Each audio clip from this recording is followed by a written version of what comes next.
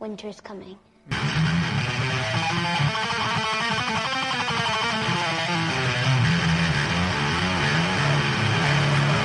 The king has returned from the broken ruins of Babylon. This is the end of days.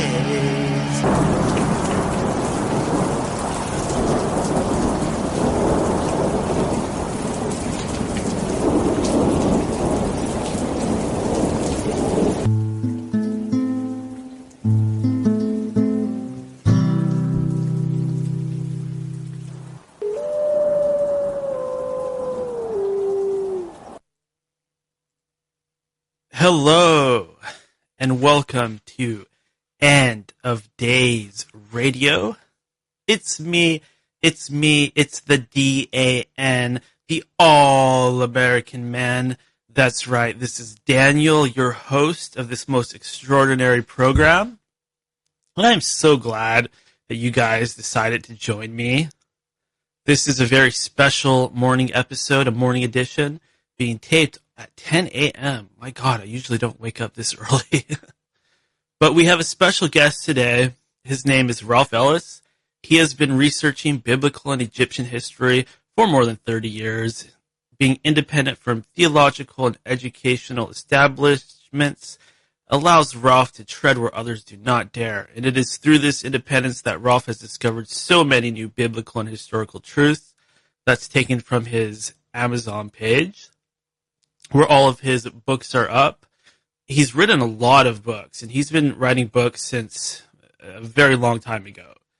Unfortunately, in this episode, I screwed up. I did something very unprofessional. I got a little bit distracted, and I did not hit the record button when I was actually talking to Ralph. Luckily, I had the sense to check it 15 minutes in. So unfortunately, I do apologize, all of you End of Days Radio fans. We lost the first 15 minutes of this extraordinary interview. I apologize to you guys. I especially apologize to Ralph. I'm going to do my best I'm going to do the best that I can to kind of fill in the blanks. So basically, we start off talking about Ralph's background. He talks about growing up being the son of a historian and being very into these matters. And he actually wrote his first piece when he was only 14 years old. That didn't show up in one of his books until much later. And from there, we started talking about the Hyksos people. Now, these people are, and I do apologize if I'm explaining this wrong, but they are the original Jewish people. They are the ones that actually have a recorded history of leaving Egypt. And a lot of people discount this idea. They don't believe that the Hyksos people or Hyksos people were the Jews, but Ralph lays it all out for us very intelligently. I'm so sorry that we missed part of the interview. We pick up right about where he's talking about the Exodus taking place. So other than that, please enjoy. And we'll definitely have Ralph on again someday where we can hopefully do a full interview that's not missing the first 15 minutes. Luckily, we did go over 2 hours, so there is plenty of content here anyways. Okay, let's do it. The Pharaoh. Aaron is actually a Pharaoh himself, Pharaoh Akhenaten. But once you do that, and if you accept the ramifications of doing that, because some of the ramifications are quite troubling for religious people, it all begins to make sense. I mean, why did Pharaoh Akhenaten only have daughters?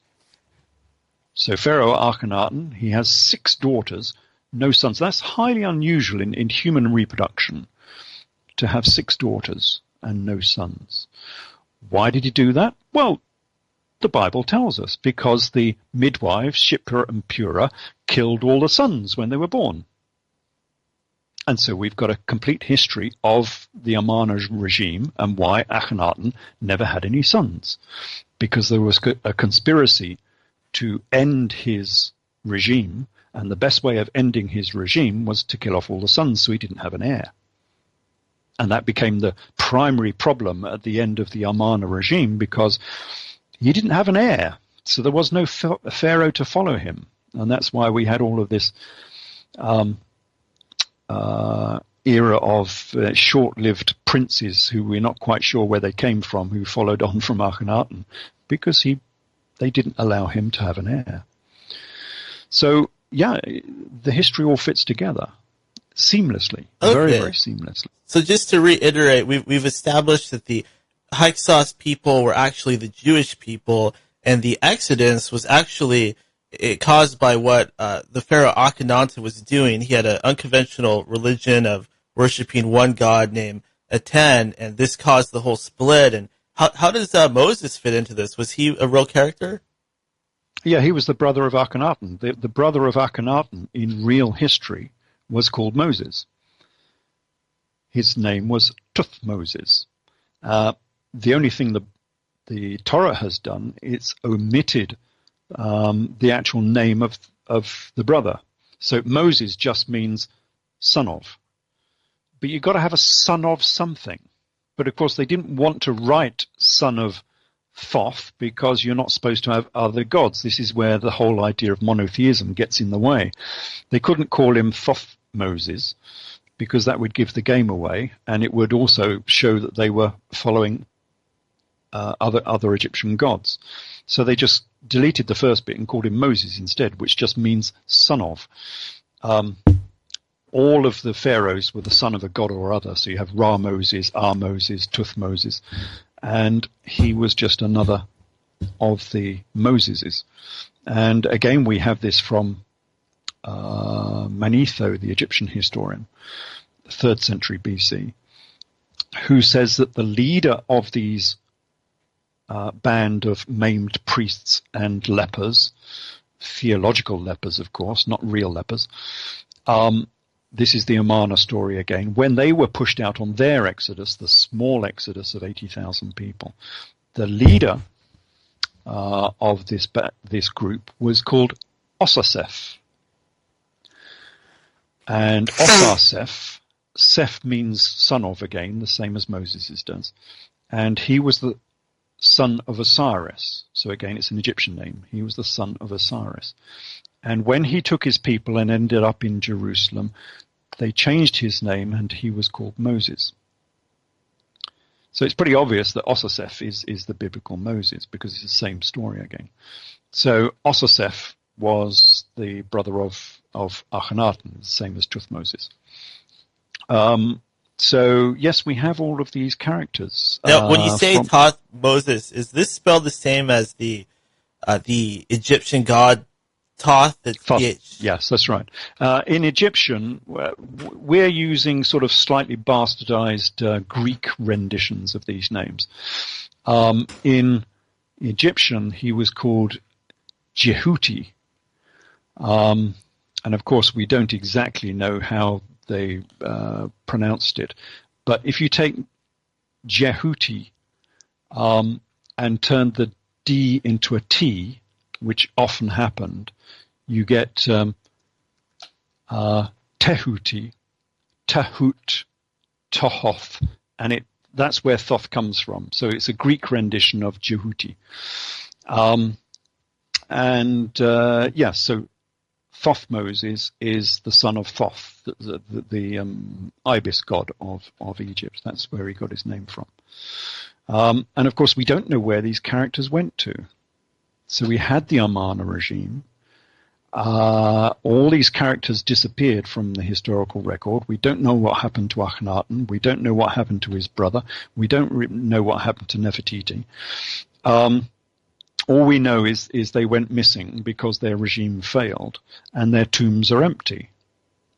So their tombs were made in Amarna, which is halfway between North and South Egypt, at Elmina, I think they call it nowadays.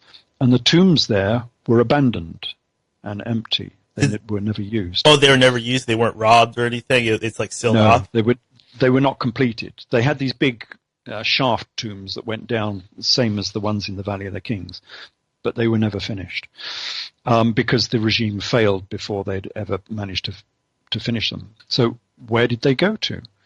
Were they killed? There is a presumption. This is where history, Egyptologists and historians are not doing themselves any favors by missing out all of the information they could use. They presume that they died. But there is no evidence that they died in Amarna or in Thebes. They just go missing from the historical record. But if we take the biblical story, it seems, and the story by Manetho as well, it seems highly likely that they went on another exodus. This is the small exodus of the 80,000 lepers and maimed priests. Did they meet up with the rest? Oh, I'm sorry, you're about to say it. I was going to ask if they met up with the rest of the Hyksos people. Well, yes, they did, because they went to northern Egypt, into the Nile Delta, and where they went to was to Pyramisi. And this is why we get this story of the Exodus happening in Pyramisi, because both of these exoduses happened from Pyramisi. The first Exodus, the big Exodus, the Hyksos Exodus, started at, well, it wasn't Pyramisi. I'll have to correct myself slightly. It was Avaris. That was the original city that the Exodus went from. But of course, Pyramisi was built on top of Avaris. It's the same city. And so all the Bible has done is used the recent name, the more recent name for the same city. So they called it Pyramisi. So yes, according to Manetho, it looks like Pharaoh Akhenaten and most of his court ended up going to Avaris and then on to what became Tanis later. And so they were in the Nile Delta, which was the Hyksos homeland. Because I have a sneaking feeling that even our history of the Hyksos is not quite right, that they didn't all leave. They didn't all leave the Nile Delta. Some of them stayed in the Delta and moved up into the north. And according to the biblical story, as far as I can see, they only left the Nile Delta, or they left from Avaris for 18 years. And that was it. Then they started to come back again. So they never really were pushed completely out of the Nile Delta. They always had an influence there.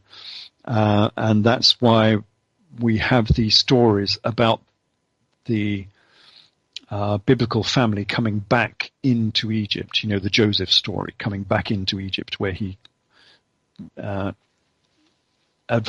Joseph advances himself to become the prime minister of Egypt and all of that sort of business. This was the return of the Hyksos coming back into Egypt. So they have a long, long history in Egypt that goes all the way through to the united monarchy of King David and King Solomon. Yeah, I've also read that the Hebrew, like some of the oldest Hebrew artifacts, like sometimes they'll find pictures of snakes and stuff like that, and it looks very Egyptian because the Egyptians were obsessed with snakes, it seems. Yeah, well, the snake became one of the chief icons of the exiles because it was a lot of this became coded. It became secretive. This is where we get the Kabbalah from and all of these secret histories and these secret societies. Because a lot of this became taboo. You weren't really allowed to know this and talk about this. And so a lot of it was covered up. And the history of being in Egypt was one of the things that got covered up, that they were really Egyptians. And so anything to do with Egypt had to be coded in some fashion so that the story could be told amongst a few initiates, but not everyone would know what they were talking about. And the snake was one of those coded elements that referred to Egypt. And the snake, which became a central part of the Nicene religion, and the Nicene religion of Judea means the snake. That's what it means, the Nicenes, who are linked with the Nazarene, and of course Jesus was a Nazarene, as it says in the Gospels. That was the snake religion, and the snake referred to Egypt because it was the Egyptian cobra. And if you look at the Egyptian cobra, you have this sinusoid snake ending up in a diamond head, which is the cobra. And if you think about it, that is the River Nile. And so the snake became a coded reference to the River Nile. And so they were doing this all the time. They were doing this in the Old Testament. So in the Old Testament, on the Exodus, they go to Mount Sinai. And they've lost Mount Sinai as well. You know, everything in the Old Testament, they've managed to lose everything. They've lost all of their characters. Nobody knows who, you know, Joseph and Abraham and King David and King Solomon and Jesus and Saul. All of these characters and all of these locations suddenly somehow get missing from the biblical type record. Nobody knows where they are. They're very forgetful, these people, and of course we know they're not forgetful because the Jews used to write everything down. You know, they were assiduous record keepers. Yeah, So in the movie, how did they manage to lose their sacred mountain? Yeah, seems impossible, doesn't it? Yeah, definitely. One thing that I always thought was weird is I've been watching that movie, The Ten Commandments, since I was a kid. You know, the really famous one. And the Jews, they just start off in Egypt. They don't really say where they came from. We're already here. We're already working. We're slaves. They don't allude to where they came from. Yes. Well, in a biblical history, they were supposed to have come down from Mesopotamia. So Abraham came down from Mesopotamia.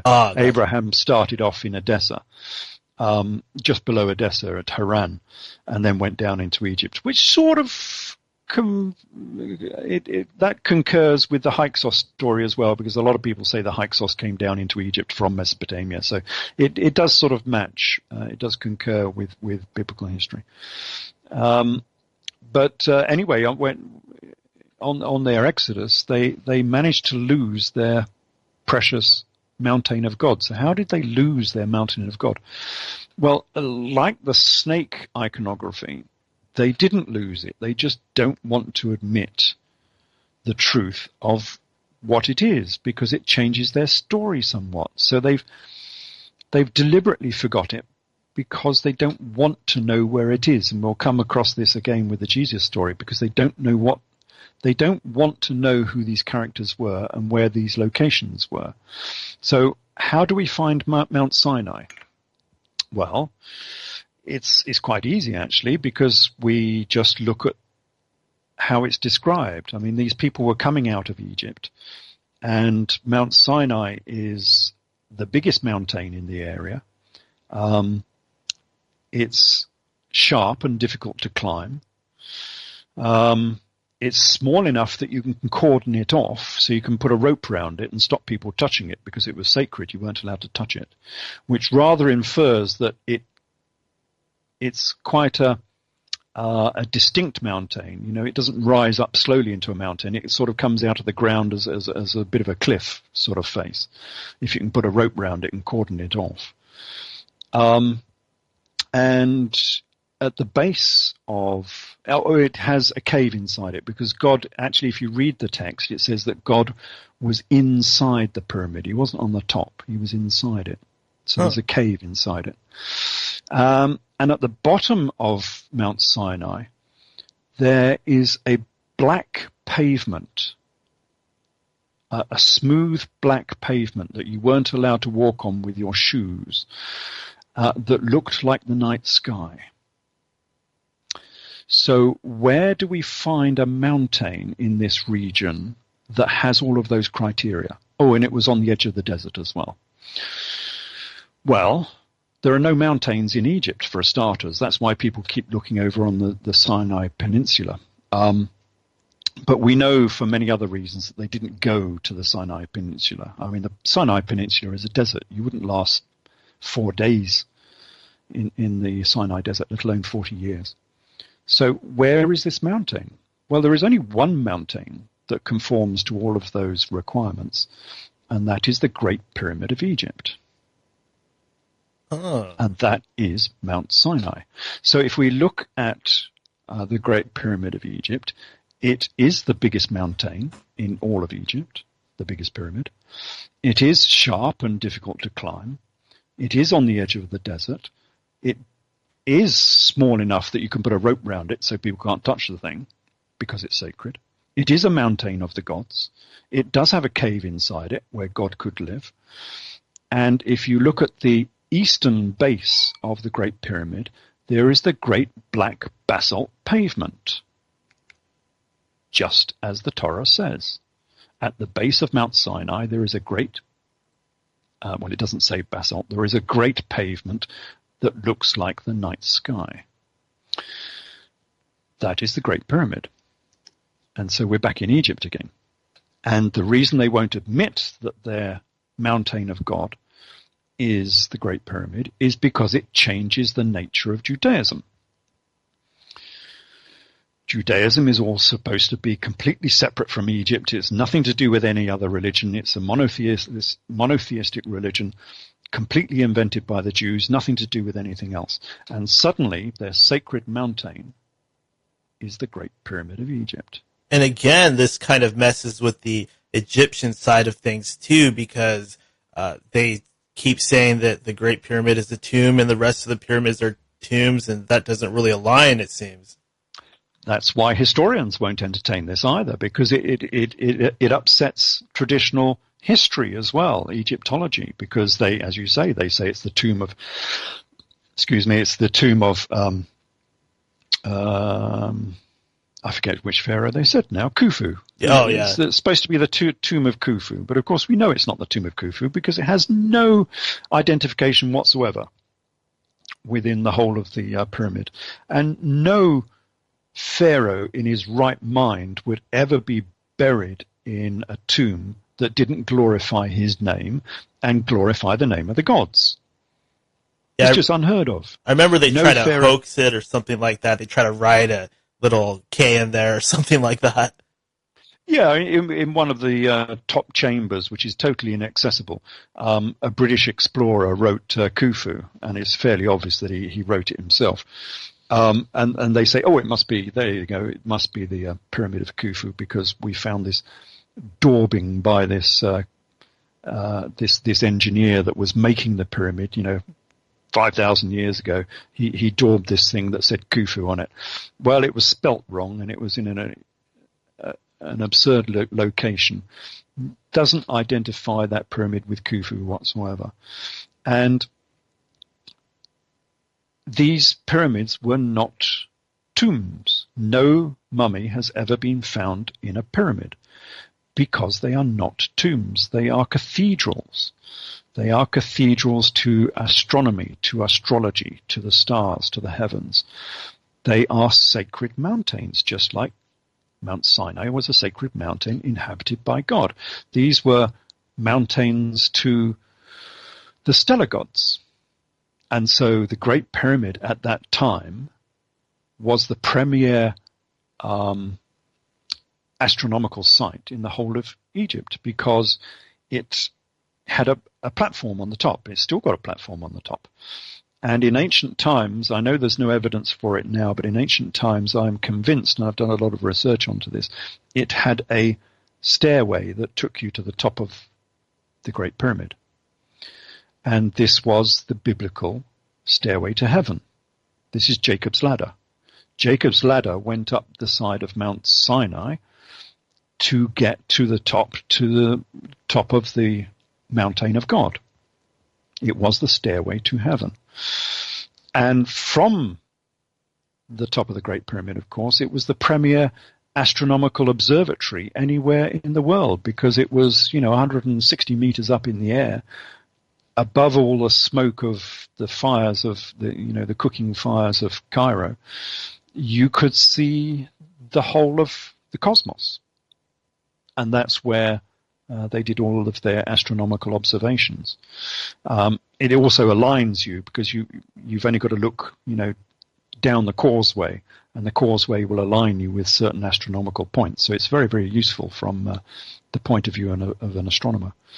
And it was still in use, and I'm pretty convinced of this. I've looked at various aspects of this, even in the 1st century. And we have this story of Saul being taken to see the glory of the heavens. And if you read, this is in Acts of the Apostles. Oh, it's either in Acts of the Apostles or one of his epistles anyway. It's probably in his epistles.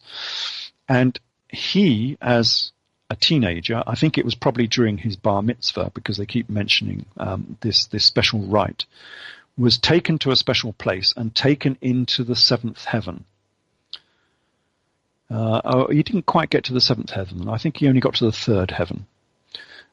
Anyway, it's quite obvious that this is a description of Saul being taken up the Great Pyramid to see the world below him from the top of the Great Pyramid, because we have the same story in Arthurian history as well, which is quite interesting. So we get the same story from a different perspective. And so even in the 1st century, it is quite likely that the Great Pyramid was still in use as a temple site, being used by the Nazarene. And of course, Jesus and Saul were both Nazarene. They weren't Orthodox Jews. So Saul was a Nazarene. It says so in Acts of the Apostles. Jesus was a Nazarene. It says so in the Gospel of Matthew. And the Nazarene were the Egyptian side of Judaism. So these were the people who kept the old traditions, the traditions left over from the Hyksos, left over from Akhenaten, the people who still held on to those old traditions and hadn't bothered with the monotheism of modern Orthodox Judaism. Now, the Egyptian religion itself, are you one of the folks that would say that the Egyptian culture goes back and keeps going back and back all the way to possibly an Atlantean period? Well, yes, it depends what you mean by Atlantean period. I take the Atlantean period to be the eruption of Thera in the Mediterranean. So the story of Atlantis is the story of a fine civilization on an island, which had concentric rings going around the island that effectively blew up and sank below the sea. Well, if you look at the history of Thera, or Santorini, that's exactly what happened to Santorini. It was an island in the Mediterranean. It had concentric rings of canals going around it, and it blew up in 1590 BC, roughly, and sank below the sea. Exactly the same as the Atlantean story. And we have various stories from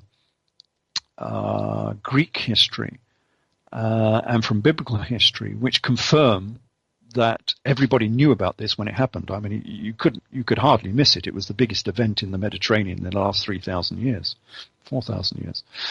And so it's highly likely to get into the mythology somewhere, and it has. It's got into the mythology of Jason and the Argonauts and various other Greeks' histories.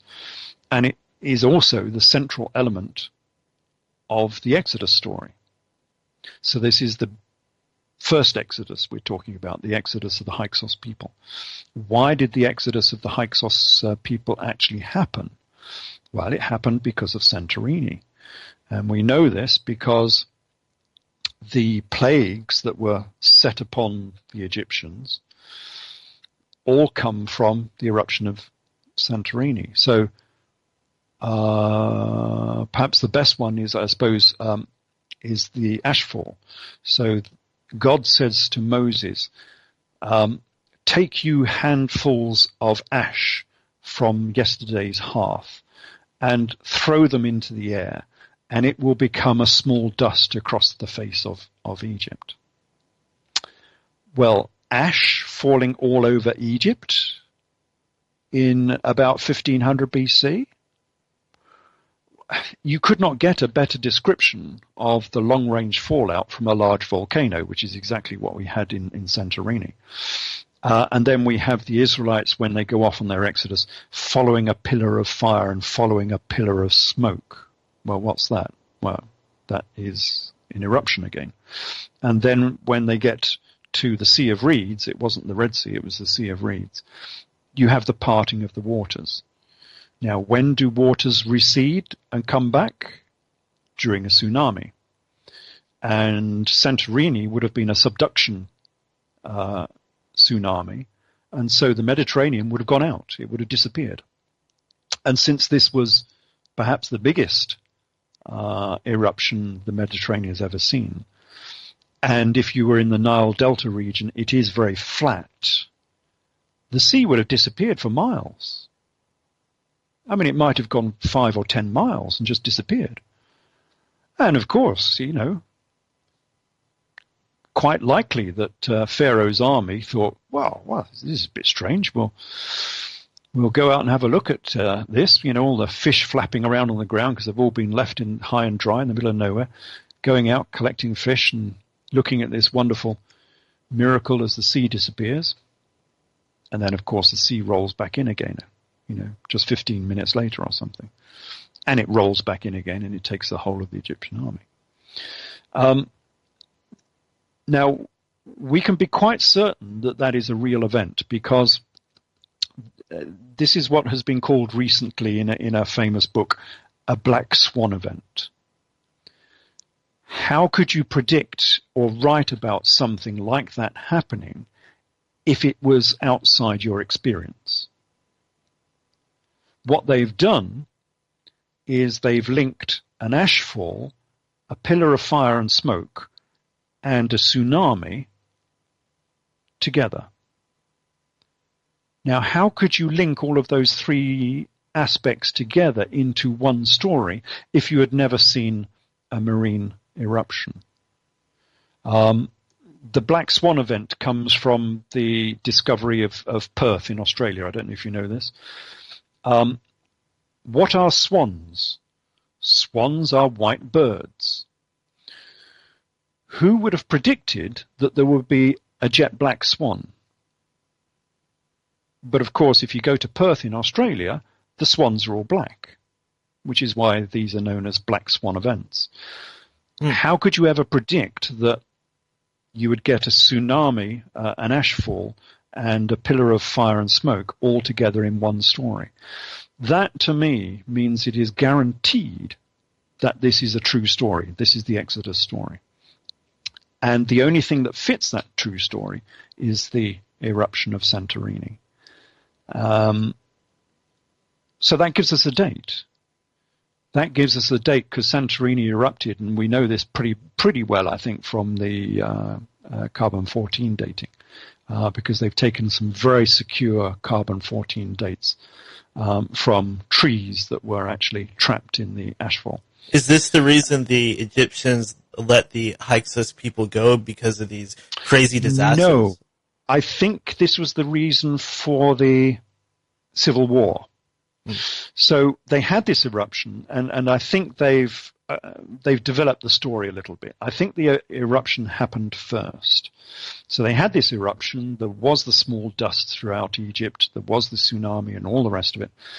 And it caused, as Josephus Flavius says in his version of this story, it caused a lot of deaths within Egypt. They were inwardly consumed by the thickness of the air, which is another very good description of the downwind effects of a volcano. If you've seen people after Mount St. Helens erupted and all these people choking on all of the dust and everything, people were inwardly consumed by the thickness of the air. Another very good description. So loads and loads of people died from this. All of the animals died, and crops were disrupted, and chaos throughout the country. Someone was to blame. Who was to blame for this? Well, I think what happened is this caused a civil war between the North and the South. each blaming the other because they were following different gods now. The southerners were following the Apis bull of Taurus, and the northerners were following the rams, the ram of Aries. And, of course, the northerners would blame the southerners. You were supposed to have changed to rams. Why haven't you changed to rams? You know, it was all your fault. And the southerners were saying, well, it was your fault. You changed onto these stupid sheep. It was your fault. And it caused this civil war. And I think that was the start of the Exodus sequence, because as we know from the biblical and from the history of the Hyksos, there was a civil war between North and South. And I think this is what created the civil war. So it was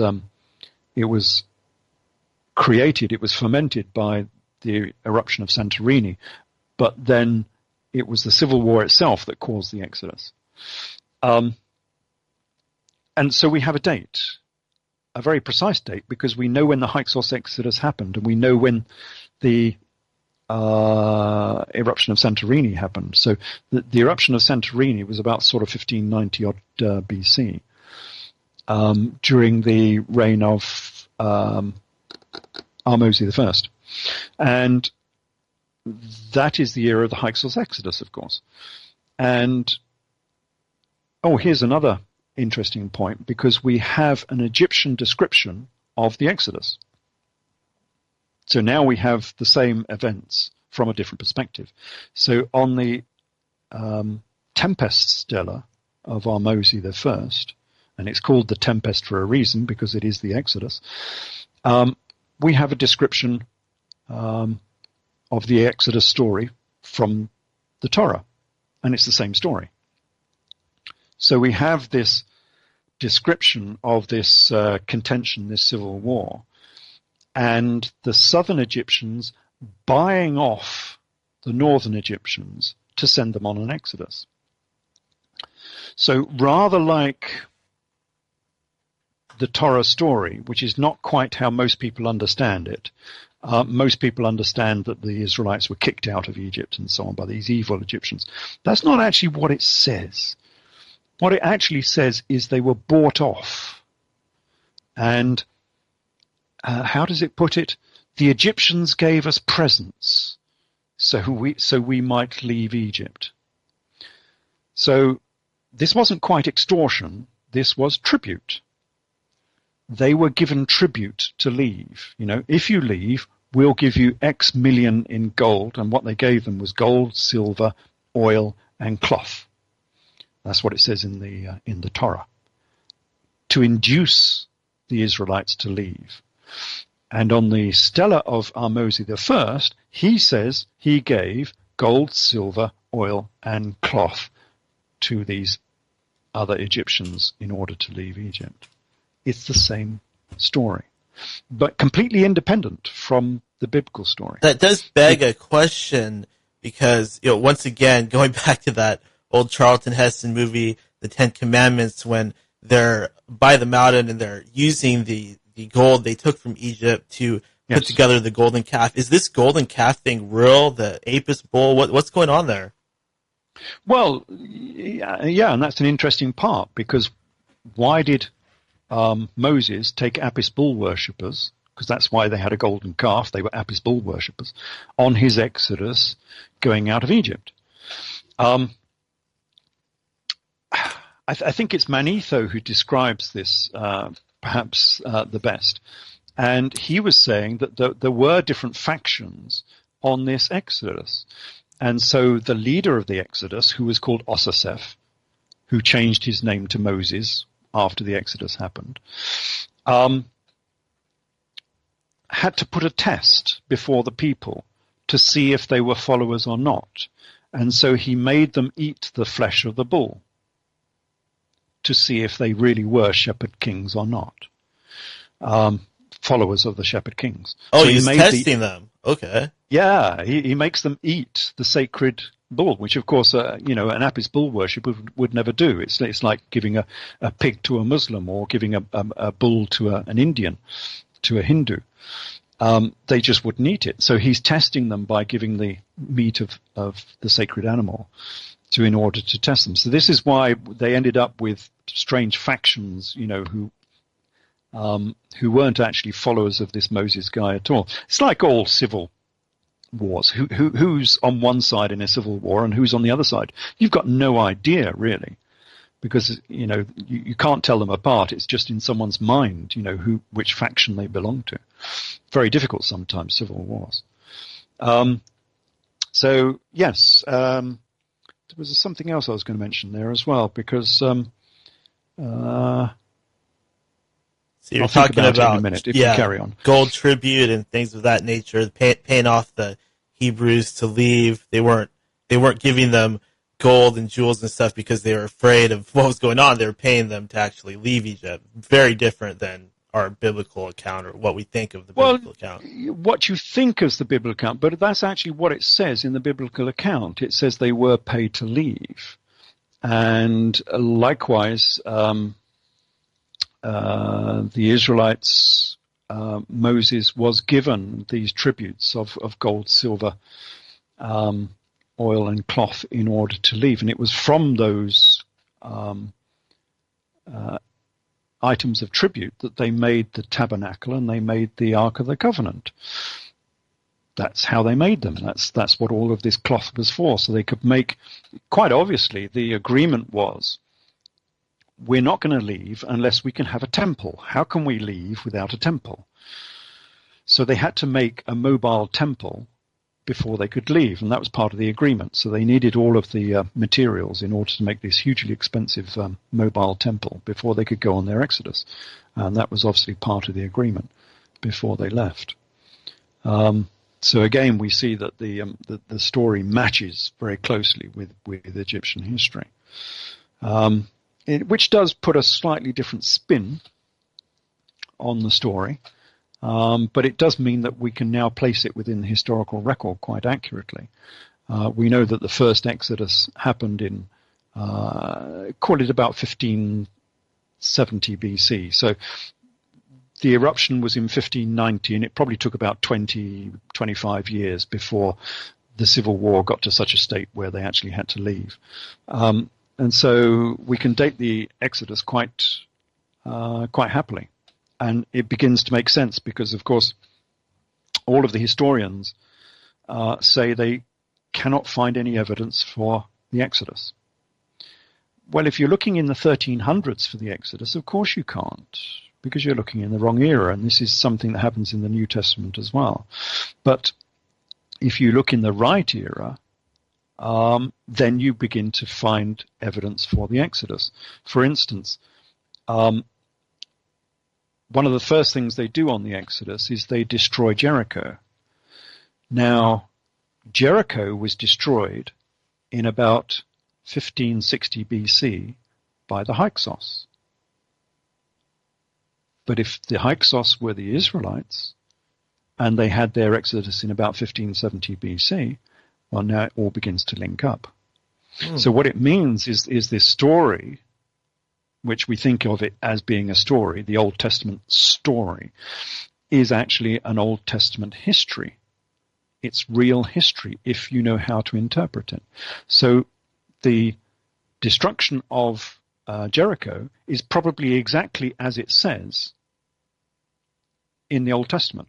Do you suppose they used some sort of ancient super weapon to take down those walls? No, because if you read it again, this is where they've made a story from a history. But if you actually read the description in the Torah says that they sent in some spies who stayed with the prostitute called Rahab, and they opened the gates of Jericho. So they had an insider who was the prostitute called Rahab, and she opened the gates of the city. It was nothing to the blasting of horns around the side of around the walls of Jericho was just a diversion. So they diverted people's attention. They were all looking at the people blowing horns, and they opened the doors and sacked the city. So the popular version is not actually what it says in the Torah. If you read the horns basically just meant, "Come on in, guys." Oh, it's a diversion. You have all the people blowing horns on the north side, and meanwhile on the south side, someone's opening the gates and letting all the soldiers in. That's how they got into Jericho, and then they destroyed the whole place. And as it says in the Torah, it was never inhabited again, which is perfectly correct, because from the archaeological record, it was never inhabited again. It was completely wrecked. Again, the entire Torah story becomes a real story. It's real history. And this is what I don't like about modern historians, because I've obviously discussed this with theologians. I've discussed it with historians, and of course, neither of them will talk to each other. The theologians don't like history because they think their history is nothing to do with real history, and historians don't like theologians because that's all biblical. That's nothing to do with real history, so they won't talk. So none of these people can actually join the dots and make this into a cohesive history, because they won't even talk to each other, and they won't read each other's books either. So no one can ever make progress. Yeah, that's been my experience. That's been my experience. Like, I have friends that are devoutly religious. If I try to talk about, for example, the Adam and Eve story, and if I try to talk about it in a symbolic context, they say, oh, no, it actually happened the way that it says in the Bible, verbatim. Yeah, and how are they ever going to find the real history, looking at it from that perspective? Or vice versa, how can historians ever find the real history if they don't use all of the information that they have available to them? And as I said to one historian, who was refusing to use, in fact, he didn't know any of the biblical story, and I was criticizing him for not knowing it. And I said to him, look, if you went to Egypt on a dig, and on that dig you found this huge, great vase that was 4,000 years old, and inside it was this scroll on vellum, which was still intact, and you could open it, would you just throw it away because it mentioned gods? No, of course, they wouldn't. But what we have in the Torah is that very scroll. It is a 3,000-year-old scroll being passed down the generations, largely intact if you read it properly, and it still contains the original data. So if Egyptologists are going to read texts from ancient times, they should be looking at the Torah as much as any text they find in Egypt, because this is where the story came from. And it's real historical information if you know what it's talking about. And just in what we've looked at just now, you can begin to see the real history coming out of it if you know how to interpret it. Which I think is very interesting from both perspectives. It gives historians more information about Egypt and the society and religion of Egypt, and it gives religious people, if they want to use it, the understanding that these books are real books. They're real history. If you don't mind the slight changes that happen because of reinterpreting this into real history, if you don't mind making those slight amendments, then it makes the biblical story more real to me, because instead of being completely divorced from real history, now it's a part of real history. You can understand what it was talking about. One of the aspects that I liked, which I was reinterpreting, was because of this big reinterpretation, we have a different viewpoint on the bulls and sheep story that we've been talking about before. And one of the big discussions they have in the Old Testament is between Joseph, the Old Testament Joseph, and Pharaoh, which is a big discussion about bulls and sheep. And of course, they've misinterpreted. So Joseph comes down with his family, and he says to his family, don't say to Pharaoh that you are shepherds, because shepherds and sheep are despised in Egypt. Instead, call yourself bull herders, and then you will be allowed to stay in Egypt. And you've got to think, hold on a minute, that makes absolutely no sense whatsoever. There was no taboo on eating or looking after or farming sheep within Egypt. The whole thing just makes no sense whatsoever in agricultural terms. But if we reinterpret it into astrological terms, as we've done before, suddenly this entire conversation, which takes up, 2-3 pages or more in the Old Testament, suddenly makes perfect sense. What Joseph is saying to his family when they come down into Egypt is, don't tell Pharaoh that we are shepherd kings, followers of Ares, because the shepherd kings are despised by Pharaoh, which was perfectly true because they were having a civil war, or they had just had a civil war and were coming back into Egypt as the shepherd kings, the Hyksos. So tell Pharaoh instead that you are followers of the Apis bull. What did he call them? Bull herders. Followers of the Apis bull. And then Pharaoh will allow you to stay in Egypt. So it wasn't talking about agriculture at all. It was talking about politics and religion. The most important thing in all of Judaism is all about politics and religion. And suddenly, these 3 pages or more in the Old Testament suddenly make sense. It was nothing to do with agriculture at all. And because it's been misinterpreted and has never been reinterpreted before, and because it suddenly makes so much sense in reinterpreting this as discussing the Hyksos, the shepherd kings, it appears to me that this is a verbatim conversation between Joseph and Pharaoh that has been preserved in a text for 3,500 years.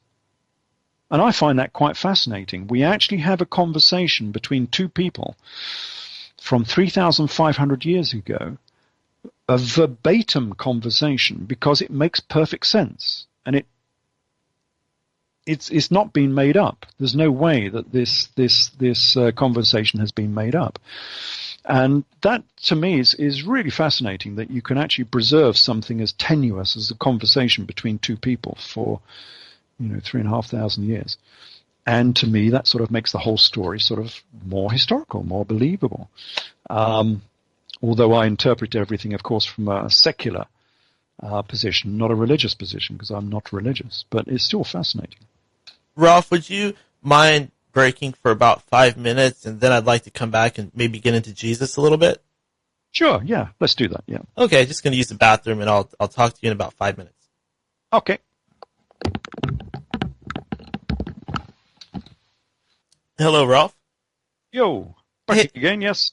Hey, welcome back, everybody, to End of Days Radio. We are here with Ralph Ellis. We've been talking quite a bit about Egypt, the Hebrews, and the Exodus. A rather different take on the Exodus. It seems to be much more true than the one that we thought. Ralph, welcome back, and I hope you enjoyed your break. I know I enjoyed mine. Could we possibly get into the story of Jesus a little bit? I know that that's what this was all leading up to with the Hebrew religion and the Egyptian stuff. So Jesus actually came from this lineage of religion. Is that true? Yes, as it says in the New Testament, out of Egypt I have called my son. That was the great prophecy, because he came from Egypt. Where did he go for his education? Of course, he went to Egypt for his education, and only came back to Judea much later. And he actually went to Alexandria for his education. So, yes, he was of Egyptian extract. And we have this from a combination of Acts of the Apostles and Josephus Flavius, because, again, Josephus Flavius was the premier historian of the first century of Judea. And he wrote a complete history of this region, so we know all about it. And there is this character, a very familiar sounding character actually, who also appears in Acts of the Apostles, who's called the Egyptian false prophet. And Saul was misidentified as the Egyptian false prophet on one occasion. He said, no, I'm not him at all. And who was the Egyptian false prophet? Well, he took the 5,000 out into the wilderness. Now, who took the 5,000 into the wilderness? It was Jesus, of course. And the Egyptian false prophet had the big gathering on the Mount of Olives when they were actually going to storm Jerusalem. But there you go, that's a slightly different story. And who had the big meeting on the Mount of Olives? That was Jesus, of course. So from a combination of Josephus and the New Testament stories, we are quite certain that the Egyptian false prophet was Jesus himself. And he was called a false prophet, of course, because they didn't believe him. But why was he called an Egyptian? Well, because he was an Egyptian. That was his heritage. So that was some of my first starting points on this investigation, because when we look into the Jesus story, we have exactly the same problem that we have with the Old Testament story that we've just been discussing. Because once more, all of these locations and very famous people are missing from the historical record. You know, Saul, the inventor of Christianity, missing from the historical record. How can the Christians lose the person who wrote most of their texts? Jesus, the guy that all of this religion is supposed to be based on, although it wasn't. How could they lose him from the historical record? He appears nowhere within the historical record. And so we have the same problem as with the Old Testament. And what they've done is exactly the same as the Old Testament, in that to change the story slightly, because they didn't like the original story, they've changed a few of the names very slightly, but not by very much. But the main thing they've done is, again, they've changed the era. So if you change the era, of course you can't find these people in the historical record because you're looking at the wrong time. It's a very, very simple way of disguising what was actually going on. And what they've done is they've taken an AD 70s story, because the gospel story was actually about the AD 60s and AD 70, and they've thrown it back into the AD 30s. Why did they do that? Well, because the original story was a story about the Jewish revolt. That's why in the Gospel of Matthew and in Mark as well, Jesus was imprisoned along with revolutionaries who had committed murder in the revolution. I'm sorry, are we talking about imprisoned by the Romans? Yeah, he was imprisoned by the Romans. That's what it says at the end of the Gospel of Matthew. I've got the quote here somewhere. So he was imprisoned alongside revolutionaries who had committed murder in the revolution. And so you've got to ask yourself, what revolution was this? And if you're looking into the AD 30s, of course, there was no revolution. I'm just looking this up very quickly. The quote was from Mark 15:7. And there was one named Barabbas, which lay bound with him, who had made revolution with him and who had committed murder in the revolution. Mark 15:7. So quite obviously, Jesus was mixed up with, and was actually the leader of, as we will see later, of these revolutionaries. But the question has to be, what revolution was this? There was no revolution back in the AD 30s. This was actually the Jewish revolt, which happened between AD 68 and AD 70. And this was the revolution that he was involved in. That kind of explains the character Barabbas and why he had this reputation for being so involved. Yeah, well, and Barabbas means just the son of the father, so he was related. And his original name in the original text, which they've deleted from most English translations, his name was Jesus Barabbas. Oh, wow. So that's what it says in the original Greek, if you read it in the Greek. So his name was Jesus, the Son of the Father.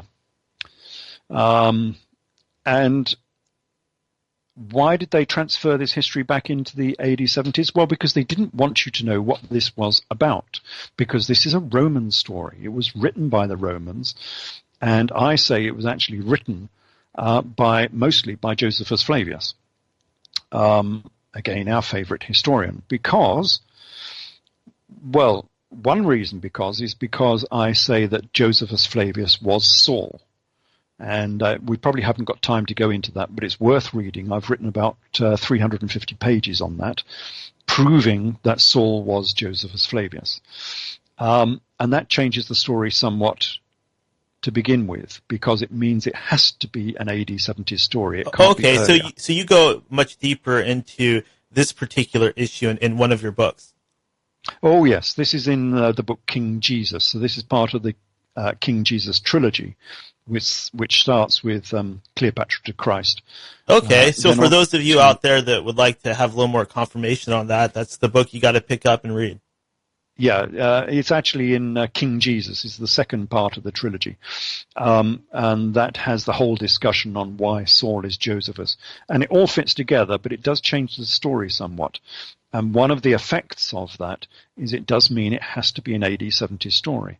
And it also means this is much more of a Roman story, because there's always been a bit of a conundrum about these texts, because it's been known about within theological circles for a long, long time that the texts of Luke and Acts of the Apostles are based upon Josephus Flavius. They use the same quotations, the same events. They're based upon the works of Josephus Flavius. And this has always been a bit of a conundrum. Why are they so similar to the works of Josephus? Well, because Josephus was Saul, and Saul wrote much of the gospel stories. So things just got diluted over time. People got confused. They just didn't realize anymore that it was the same guy. No, they weren't confused. They deliberately changed this guy because there is no way in the world that any Christian could admit that Saul was Josephus Flavius. Saul, by the way, is St. Paul for people who are not aware of that. So this is St. Paul we're talking about, the founder of the church, pretty much, after St. Peter. There is no way in the world that they could admit that he was Josephus Flavius, because A, Josephus Flavius wasn't born until AD 37, so it means this has to be a later story, and B, Josephus Flavius was a Jewish traitor working for the Romans. And that's the last character in the world you want as being St. Paul. So there's no way in the world they could ever say that this guy was St. Paul. And St. Paul is not a name, by the way, it just means the junior. So, again, a lot of these names are actually titles, so you have to see beyond the title to see who the person was. So they had to change the story, and they had to sort of divorce this because they didn't want this being overtly a Roman story. But it was a Roman story. It was written by Josephus, and it gave the story of the Jewish revolt from a Roman perspective. So we had this big Jewish revolt. Josephus Flavius had already written the Jewish War, which is his big history of the Jewish revolt. And what Rome wanted was to prevent this this martial form of Judaism, which is the Nazarene Judaism, from fomenting another revolt on the eastern borders of Rome. I mean, that's the last thing Rome wanted, was to have revolutions going on the eastern borders of Rome. And so what Rome wanted was a Rome-friendly form of Judaism that could be that could be followed by any Roman Gentile. And of course, Saul had already been the apostle to the Gentiles, as he calls himself in Galatians, I think it is. He became the apostle to the Gentiles. He became the sort of Rome-friendly, the more Roman form of Judaism. So he didn't follow Mosaic law. He didn't have circumcision. He didn't have long beards. And his followers could eat with Romans and bathe with Romans and sleep with Romans, which Jews could not. There was this big contention in Acts of the Apostles because the disciples, the apostles of James would not eat with Gentiles. And Saul has a go at them and makes a fuss about this. That was the big difference between the church of Jesus and James and the church of Saul. The church of Saul was very Rome-friendly. And so what we have in the gospel story is a very Rome-friendly form of Judaism written by a Rome-friendly character who was Josephus Flavius, who was working for the Romans. Again, if people don't know Josephus was a Jewish prince. It's quite obvious that he was quite wealthy and a prince, who fought against the Romans during the Jewish revolt. He was the army commander in charge of Galilee.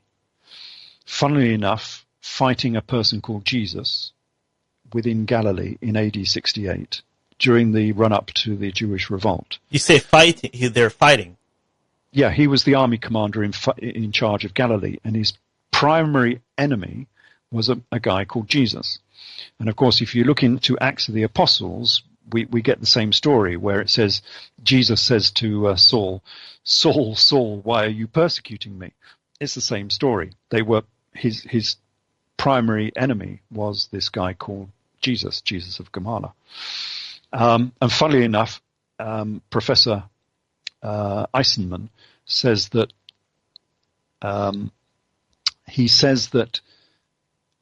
Mary Boethus, who's a character from the Talmud, was Mary Magdalene, and I concur with that. It's quite obvious they were the same person. And the Talmud says that Mary Boethus married Jesus of Gamala, this very same Jesus we've just been talking about. So the Talmud is effectively saying that Mary Magdalene married Jesus. So because they are the same character. With Jesus, now, at some point he ends up in Alexandria. Why do they send him there? Is he showing some sort of potential or promise?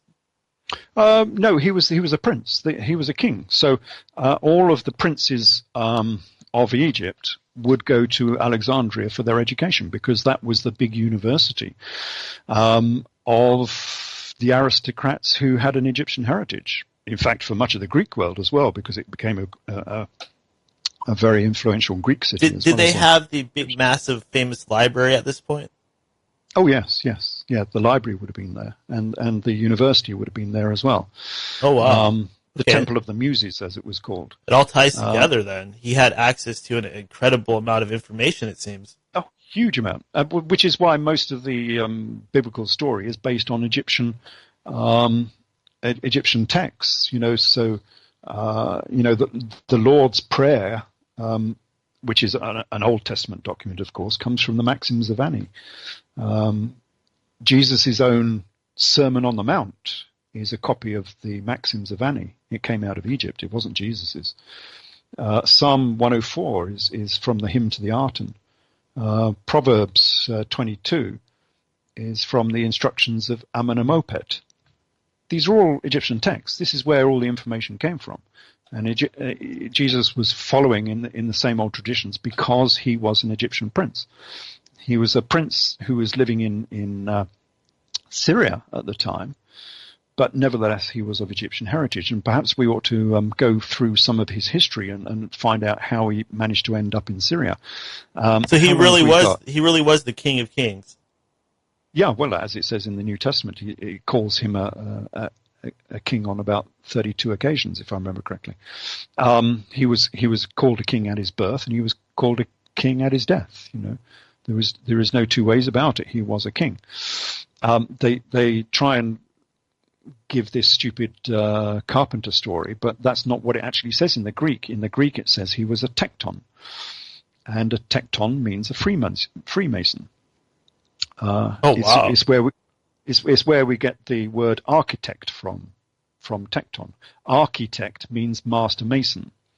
And it's not necessarily a master mason carving stone. It's a master mason sitting in the master's chair in a Masonic lodge. So Jesus was a mason he was the master mason. He was the architecton from the Judean lodge. So that's more confirmation that this society, the Freemasons, they go back well before the Knights Templar or anything like that. Oh yes, because the whole of Masonry is based on the Temple of Solomon and the building of the Temple of Solomon. So that's how far it goes back to. King Solomon was a Mason, as it says in the Kebra Nagast, which calls King Solomon a Mason. And Jesus was of the line of Solomon, as it says in the New Testament. And he was an architecton. He was a master mason. And we know he was a master mason in the Masonic speculative sense, because the raising of Lazarus is the third degree in Masonry. So if you want to know what the third degree is, the big mystery in Masonry, if you want to know what the third degree is, well, just read the raising of Lazarus. It's a third degree initiation. That's all it is. It wasn't a miracle. I did plan to ask you about that. I was going to ask you about that, but Yeah, Jesus didn't raise Lazarus from the dead. This was a third degree initiation. I've been raised from the dead in exactly the same fashion because I'm a Mason as well. And it's a standard initiation procedure, the same as is done now, which is why Lazarus came out of the tomb, out of the cave, wearing a napkin on his head. It's exactly the same. This kind of means, hey, I now have seen the other world, and I'm in acknowledgement of it. My eyes have been opened. It's a very this concept of a religion based upon a rebirth is a very old religion. I'm not sure quite how far it goes back to, but I think it's probably based upon Osirian history. So the history of the Egyptian Osiris, who was the archetypal god figure who died and was resurrected again by Isis. So this dying and resurrecting is a very old tradition. It goes back to Osiris, but it also goes back to astrology again, because all of these religions are based on astrology. And within astrology, you always have the sun dying and being reborn, the moon dying and being reborn, the constellations of the zodiac dying and being reborn into a new zodiac. It's part and parcel of looking at astrology, is this dying and rebirth myth. And it travels through the ages. We still have it now in the children's fairy tale of Snow White, which was very well illustrated by the Disney version, which is nothing to do with a children's fable. It is a story of the moon waxing and waning and going into an eclipse with the sun. So Snow White is the moon. That's why she's called Snow White. She was the Snow White moon. The Wicked Witch was Nut, the Egyptian Nut, who is the Milky Way. And so when Snow White travels, she is followed by the seven dwarfs. And if you look into the sky, the moon, as she travels across the sky, is followed by the seven planets. That's why she has seven dwarfs following her. And then the Wicked Witch, who's being eclipsed by this bright moon, she doesn't like this. So she puts a corset on Snow White and pulls it tight and makes her thinner and thinner and thinner. And of course, in the night sky, you'll see the moon get thinner and thinner and thinner as it approaches the sun until the moon dies. It goes black. And so she's asleep. She's dead. But then she is kissed by the prince, and the prince is obviously Helios, the sun. And she's kissed during an eclipse. And of course, the moon has to die before an eclipse, because you can only have a lunar eclipse as the sun approaches as the moon approaches the sun. So it has to be a new moon. She has to be black. And then she kisses the sun and she comes back to life again. these are old stories that have been told through the millennia. Obviously, this is not a Disney story. This came out of the Brothers Grimm, who wrote this story. And the Brothers Grimm got it from the old traditions of Germania. It's And so these are sad. It makes us all look so foolish that we're worshiping these remnants of mythologies that are just completely off. It makes us in our modern time look less advanced than them. Yeah, we've forgotten. Yeah, because these early people understood all of this. You can see that in Arthurian history, and you know I wrote this big opus on Arthurian history. Oh yeah, I got some questions for you if we have time. Yeah, 650 pages of that. And it's quite obvious that the people who wrote this originally understood this. But we don't in our era. So in the 12th century, there were many people who understood this. In the modern era, do they? I don't know. I've really not come across much evidence that people still understand these stories. I mean, you might say Disney understood this. I don't know. Did Disney understand this or not? Or was he just following what the Brothers Grimm wrote? Certainly within the general population, certainly within normal lodge masonry, people don't know about this. It's not as if this is a widespread knowledge within Masonic circles or any other secret Yeah, sometimes society. you find out about some of these famous people and you find out they had some particular interests, some very fringe interests, like Jimmy Page and his collection of Aleister Crowley stuff. You hear all kinds of stuff like that, these famous people that have these weird interests. But even if you read sort of Aleister Crowley, it's not apparent that he understood all of the aspects that I write about in my books, all of the correlations between the Hyksos and the Israelites and all of that sort of story. That all seems to have gone missing as far as I can see. My books are the first books to mention all of these events that I talk about. That Saul is Josephus, these fundamental connections that you cannot understand history unless you get that fundamental connection from the first off. Because within the gospel story, you cannot understand the gospel story if you're looking in the AD 30s. And I've not seen any other history book or current investigation that has linked the gospel story into the AD 70s. And yet Arthurian history does exactly that. So Arthurian history, back in the 12th century, they understood it, but we don't seem to. And it's funny in Arthurian history because, well, we know all of this happened in the AD 70s because, well, for many reasons, I suppose. Within the New Testament story, Jesus laments the siege of Jerusalem. He laments the destruction of Jerusalem, and he describes it being surrounded by a wall by the Romans, which happened in the AD 70s. So here we have Jesus actually describing events from the AD 70s. And then he laments the death of Zacharias Baruch in the Gospels. So he laments the death of this guy who was killed between the altar and the temple in the Temple of Jerusalem. Now we have that story from Josephus Flavius. Zacharias Baruch, who was killed between the altar and the temple.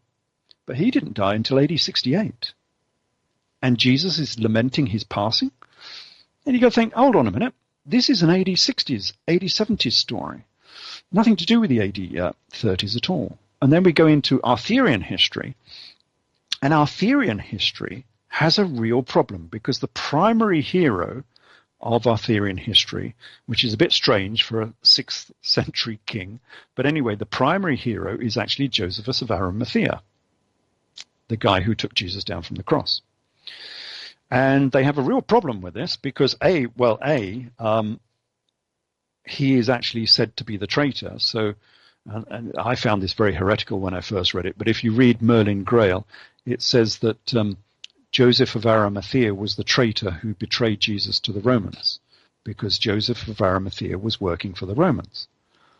And you've got to think, hold on a minute, that's pretty heretical, to have this saintly Joseph character being the traitor of Jesus. But there we go. But what it also says is that Joseph of Arimathea was working for Emperor Vespasian. Now that's a problem because Emperor Vespasian is AD 70. He was the guy who took control of Rome in AD 70 after the Jewish revolt. He was the guy who fought the Jewish revolt against the Jews and then became the emperor. Now, if Joseph of Arimathea was taking Jesus down from the cross in AD 30, and how does he get to AD 70 to be a colleague of Emperor Vespasian? And what our theory, well, it's got three ways of doing this to get over this jump. I call this the chronological chasm that he has to cross.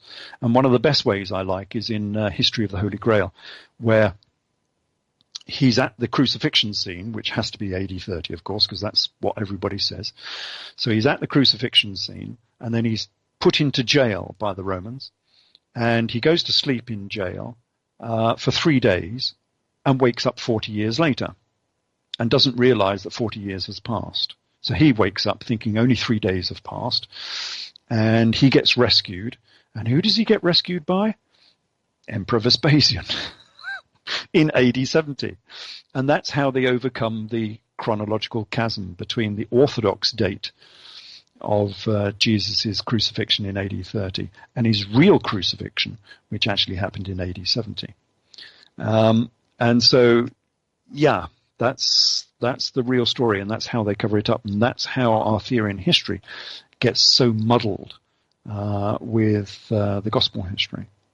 So this the crucifixion, did it actually take place? Do you have any theories on what exactly was going on? Oh yeah, we have the full description of it from Josephus Flavius. But only if you realize that Josephus Flavius was Josephus of Arimathea. Josephus was very, very influential because remember he was the last Jew standing after the Jewish revolt, and he has two aliases at least. One is Saul and the other is Joseph of Arimathea. And we know this because Josephus himself in his biography, he says, because remember he was working for the Romans, we didn't finish his story, but anyway, he was working for the Judean authorities in Judea as the commander in charge of Judea. He got captured by the Romans and turned traitor and started working for the Romans. So he ended up as a Roman army commander working for the Romans and then became a Jewish historian working for Emperor Vespasian again, same emperor. So he was employed by Vespasian as the Roman author of Judaism. And he wrote the Jewish War, he wrote Antiquities, and he wrote his biography. And in his biography, he was saying that he was coming back from Tekoa, which is Herodium, just south of Jerusalem, as an army, a Roman army commander now, after the siege of Jerusalem had just finished. So he would have been coming up the eastern wall of Jerusalem in the Kidron Valley. And he saw the three leaders of the Jewish revolt being crucified. And the three leaders of the Jewish revolt would have included the king who started the revolt, who we've not been through his history yet, but anyway, the king was called King Hyksos. Familiar name, yeah. So the king who started the Jewish revolt was called King Hyksos. And he saw them being crucified in the Kidron Valley. So he asked the Roman governor for them to be taken down from the cross because they were his previous compatriots, as it were. He knew them. They were taken down from the cross. Two of them died and one of them survived. Familiar story? Yeah, because this is the crucifixion story, because the guy who was being crucified was called King Hyksos Manu, the biblical Jesus. And this happened in AD 70, just after the siege of Jerusalem. So was there perhaps some rule that if you somehow make it off the cross, you go free and live? No, Josephus was much more astute than the Romans. Josephus Flavius was Machiavellian. He was perhaps the greatest schemer and politician the world has ever seen. He has the most silver-quilled pen you've ever seen in your life. He can He can manipulate anything into the way he wants it. And he saw that this guy was valuable. Why on earth do you want to crucify him? He's the richest king in the whole of Judea, in the whole of the Eastern Roman Empire. He still got an awful lot of followers, because remember, half of his army was still backing in Edessa. We haven't been through Edessa yet, but anyway, his home city was Edessa in northern Syria. Why do you want to aggravate all of these people back in Syria and Palmyra by crucifying their king and killing him? There were many, many reasons why he was actually more valuable alive than dead. And so it just made political sense to him to try and save this guy, because it wasn't his idea that he was crucified in the first place. That was just a summary execution without trial. Because this guy was important. He was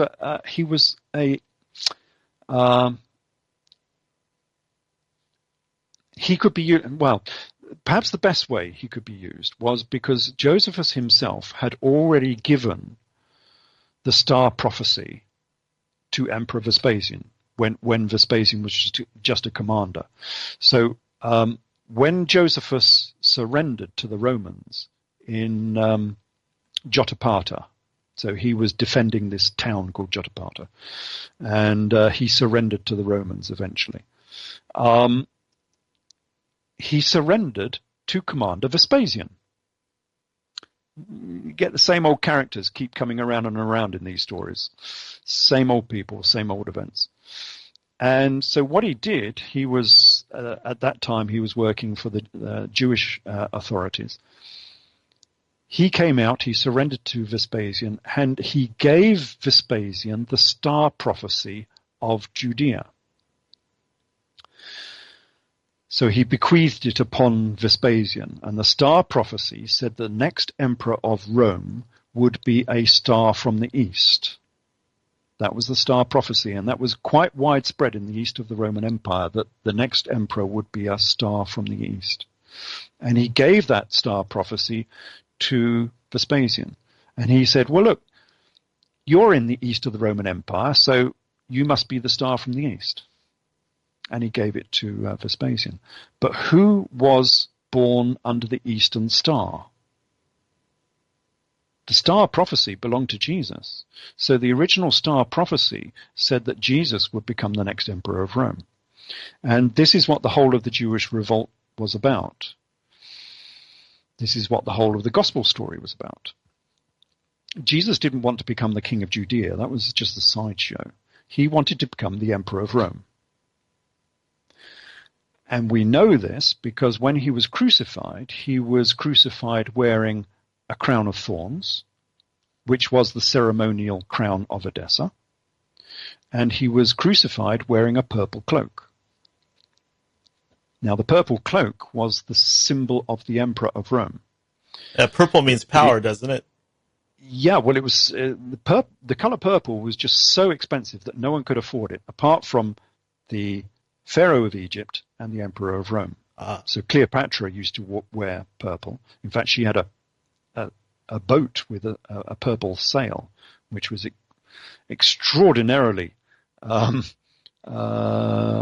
rich thing to do. Yeah, you see that thing, you know Cleopatra's coming. Yeah, precisely. But nobody else could wear a purple cloak. It was forbidden. So, when Juba I did this, he was the king of North Africa, and he went to Rome wearing a purple cloak, and he was executed for it. So there would be absolutely no point in dressing Jesus in a purple cloak if he was not a pretender for the throne of Rome. And of course, that's what the Jewish revolt was all about, because the throne of Rome was empty at this time. In AD 68, I think it was, Nero committed suicide. The throne of Rome was empty. And then they had the year of 4 emperors. So 4 emperors came and went when they were squabbling over who would be the next emperor. And so it's quite obvious that the Jewish revolt was a battle, a final battle, for who would be the emperor of Rome. And the two contestants were King Esus Manu, who was the king of Edessa, and Commander Vespasian. And they had this big battle, which is called the Jewish Revolt, and they had this battle in Syria and in Judea, and it was Vespasian, Commander Vespasian, who won that battle.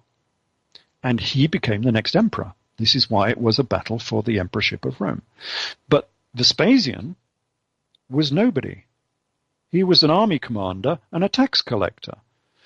He had no royal or imperial connections whatsoever. And Rome was very superstitious. You had to have an oracle on your side.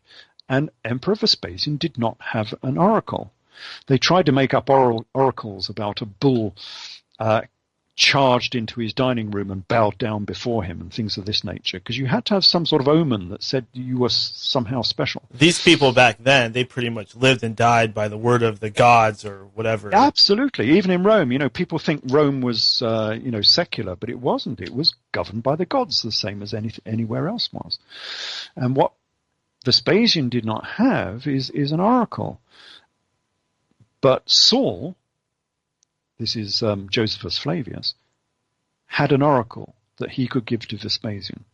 And he gave Vespasian the star prophecy, the Judaic star prophecy, that said that the next emperor of Rome would be a star from the east. That belonged to Jesus, as we've said before. That was the oracle that was given to Jesus at his birth, which is why he was born under the eastern star. And Josephus took it and he gave it to Vespasian, because Vespasian was his patron, and he would just won the Jewish revolt. And he became the next emperor. So we can see that this was a real political imperial battle for the future of the Roman Empire. Jesus wanted to become the next emperor of Rome. That's what it was all about. That's why it was so contentious. And so Josephus Flavius could see that this Jesus character was important. He needed to give that star prophecy to Vespasian while he was still alive. It does really tie things together, because one thing that didn't make a whole lot of sense to me, listening to the story of Jesus, was why were the Romans so involved and why did they care so much? Well, this completely clears that up. Yeah, absolutely, because it becomes a Roman story. And then why do we get this Rome-friendly version of Judaism, which we call Christianity? I call it simple Judaism. Why do we get this Rome-friendly version not only of Judaism, but of the Jewish revolt? Because it's quite obviously an account of the Jewish revolt. Well, because the story was written by Rome. So after all this had blown over, the last Jew standing was Josephus Flavius, who wrote the whole history of this region, and he had complete control over the whole of all of Judea. It was all his, pretty much as almost, the king of Judea. And what Rome wanted was to prevent any more revolts on the eastern borders of the empire. They didn't quite succeed, because obviously they had the Bar Kokhba uprising, which happened about 60 years later. But what they wanted was to stop any further revolts. And so what they wanted was a Rome-friendly form of Judaism, which would be open to all of the Gentiles in the region. And it would be a Rome-friendly form of Judaism. And that's exactly what the New Testament provided, the Gospel story provided. Because A, it was an account of the Jewish revolt, but B, it was very Rome-friendly. So this warrior monarch, this King Esus, the biblical Jesus, who started the Jewish revolt, was reduced from being a warrior monarch, a very wealthy warrior monarch, into being a pauper prince of peace. Suddenly, it was all turn the other cheek. Suddenly, it was render unto Caesar what belongs to Caesar. You see how they've turned it into a Rome-friendly form of history and Judaism, because originally this was a tax dispute. Jesus was refusing to pay Roman taxes because he had been promised, his royal family had been promised their lands free of Roman tax.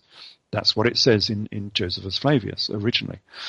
But then the Romans started coming across and trying to tax them. So there was a tax dispute. just as we see in the New Testament, and Jesus was refusing to pay the tax.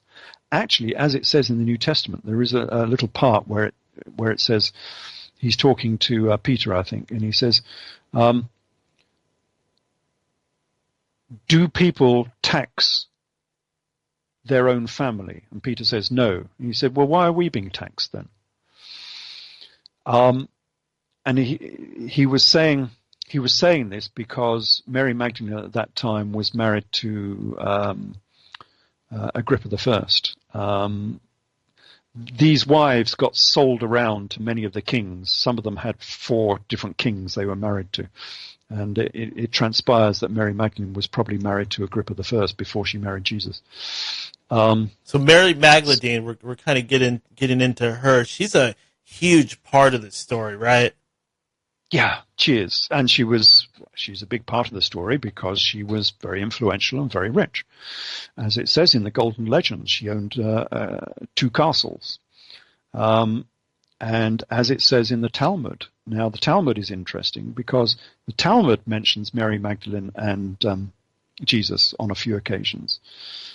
Now, there is no reason for the Jewish history of this region. I mean, the Talmud is more than history. It's a book of prophecy, and it's a book of law and everything. But the Talmud mentions Jesus and Mary Magdalene on several occasions.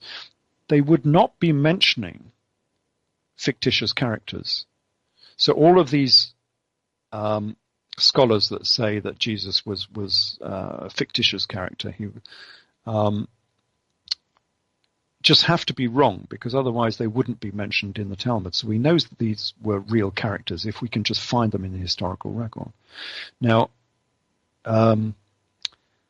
Professor Eisenman, Robert Eisenman, wrote, I think it was called James the Brother of Jesus. Anyway, he went through the history of Mary Bothas, and he took about, 200, 300 pages to prove that Mary Bothas was Mary Magdalene.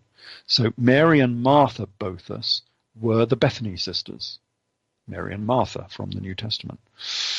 And I wrote to Professor Eisenman, and I congratulated him on finding this, because it changes the story somewhat. And he said, no, they're not the same.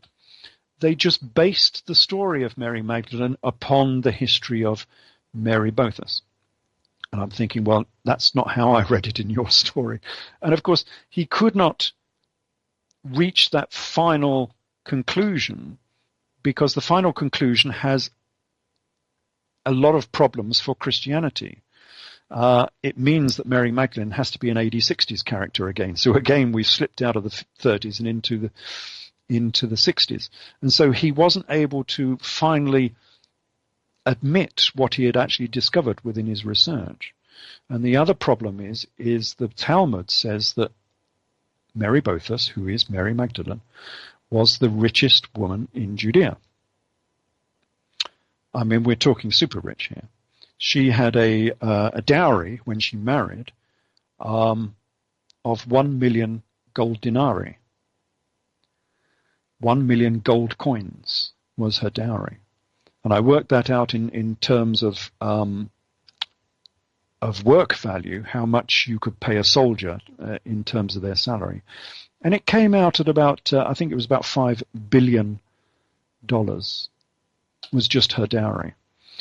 And the other problem with this character, Mary Magdalene, is that she married Jesus. That's what it says in the Talmud. She married Jesus of Gamala, this same Jesus character that we were talking about, who was the leader of the Jewish revolt, who was crucified after the Jewish revolt wearing a purple cloak and the crown of thorns of the kings of Edessa. So this gets very contentious, and so you can see why Robert Eisenman sort of shied away from making this final deduction, which is quite obvious from his research. So Mary Magdalene was the richest woman in Judea, and she married Jesus of Gamala.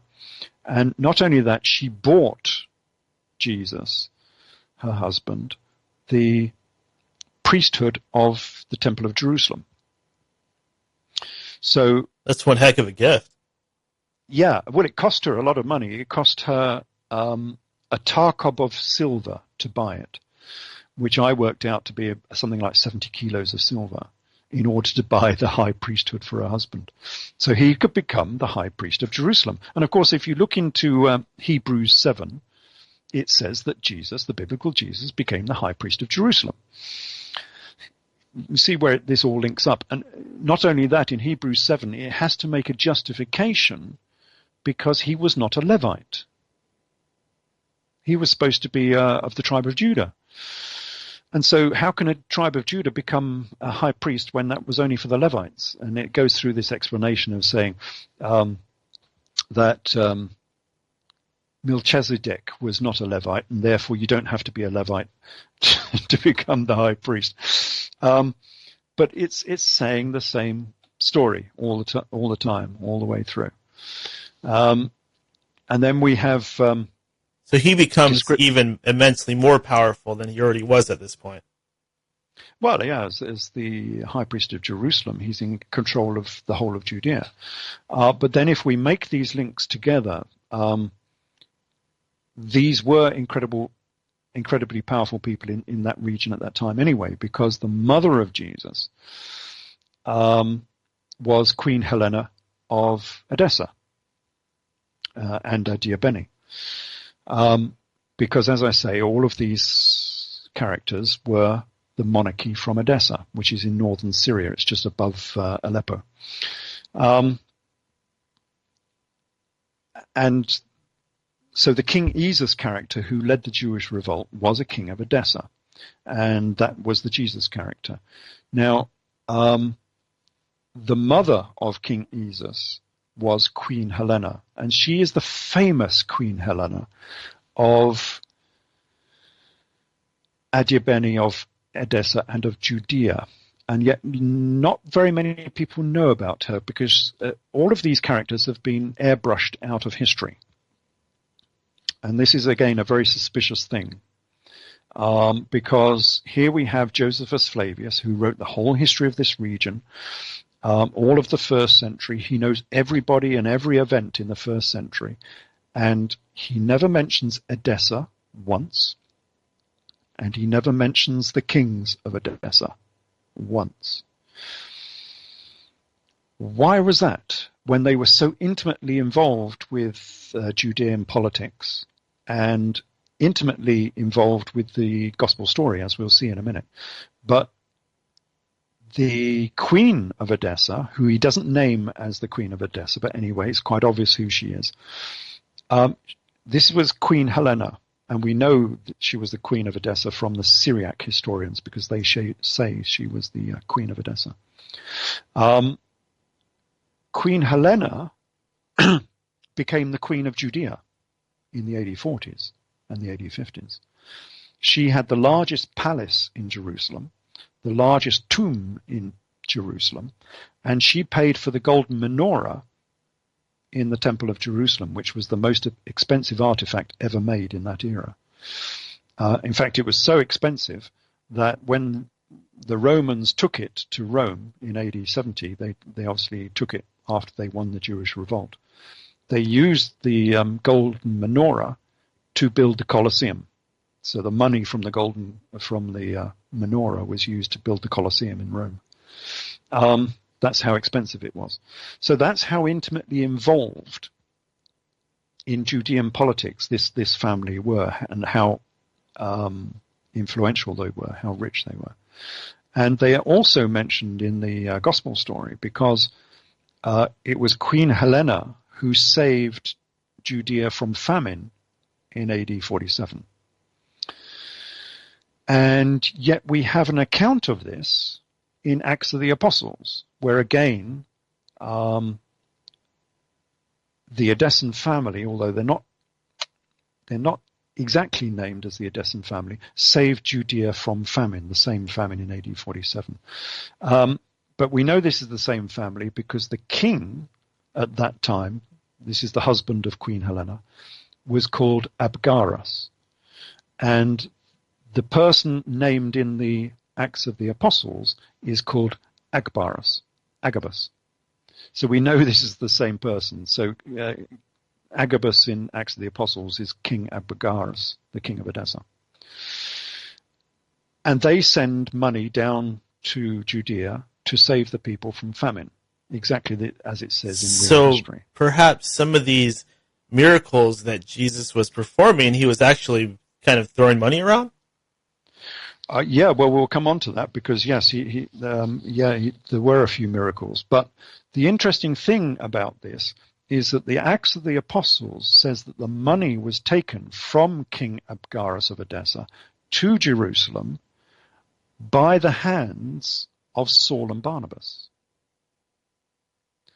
So you can see how closely involved in the biblical story these kings of Edessa were. They're actually in Acts of the Apostles, and their ambassador was Saul and Barnabas, who took this money to Judea.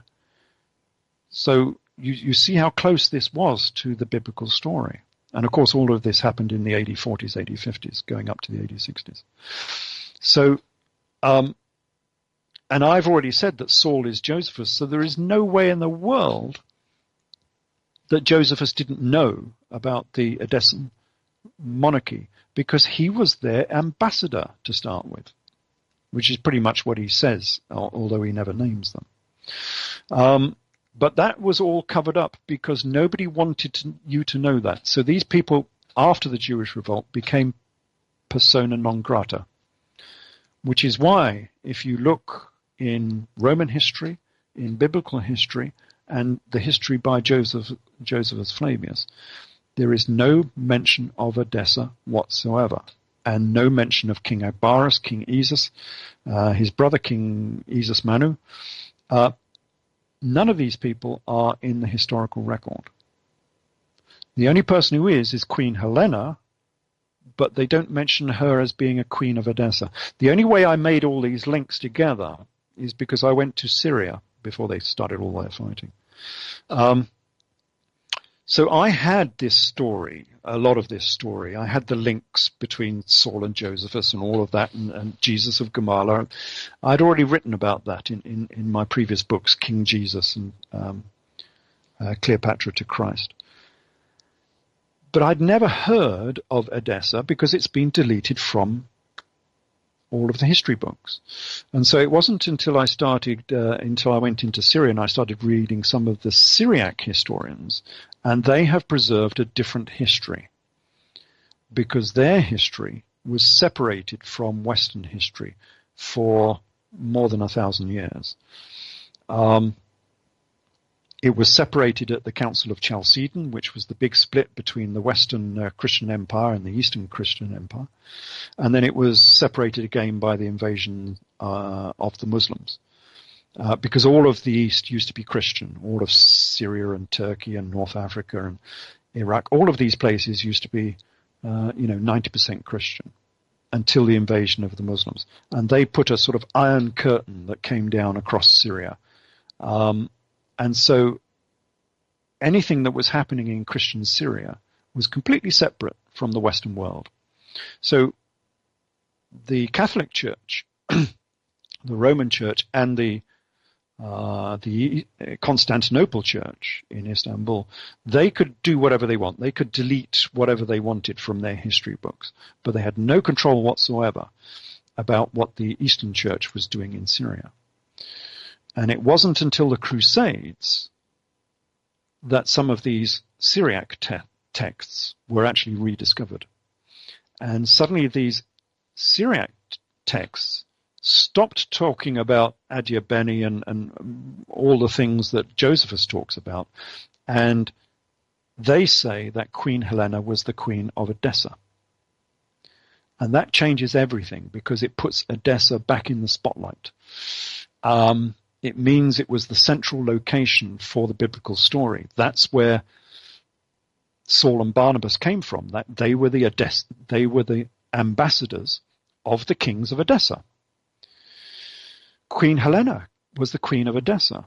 King Esus, the guy who started the Jewish revolt, he was from Edessa. That was his capital city. And the strange thing is, because we've lost all of this history again, we're talking about losing history, who knows what.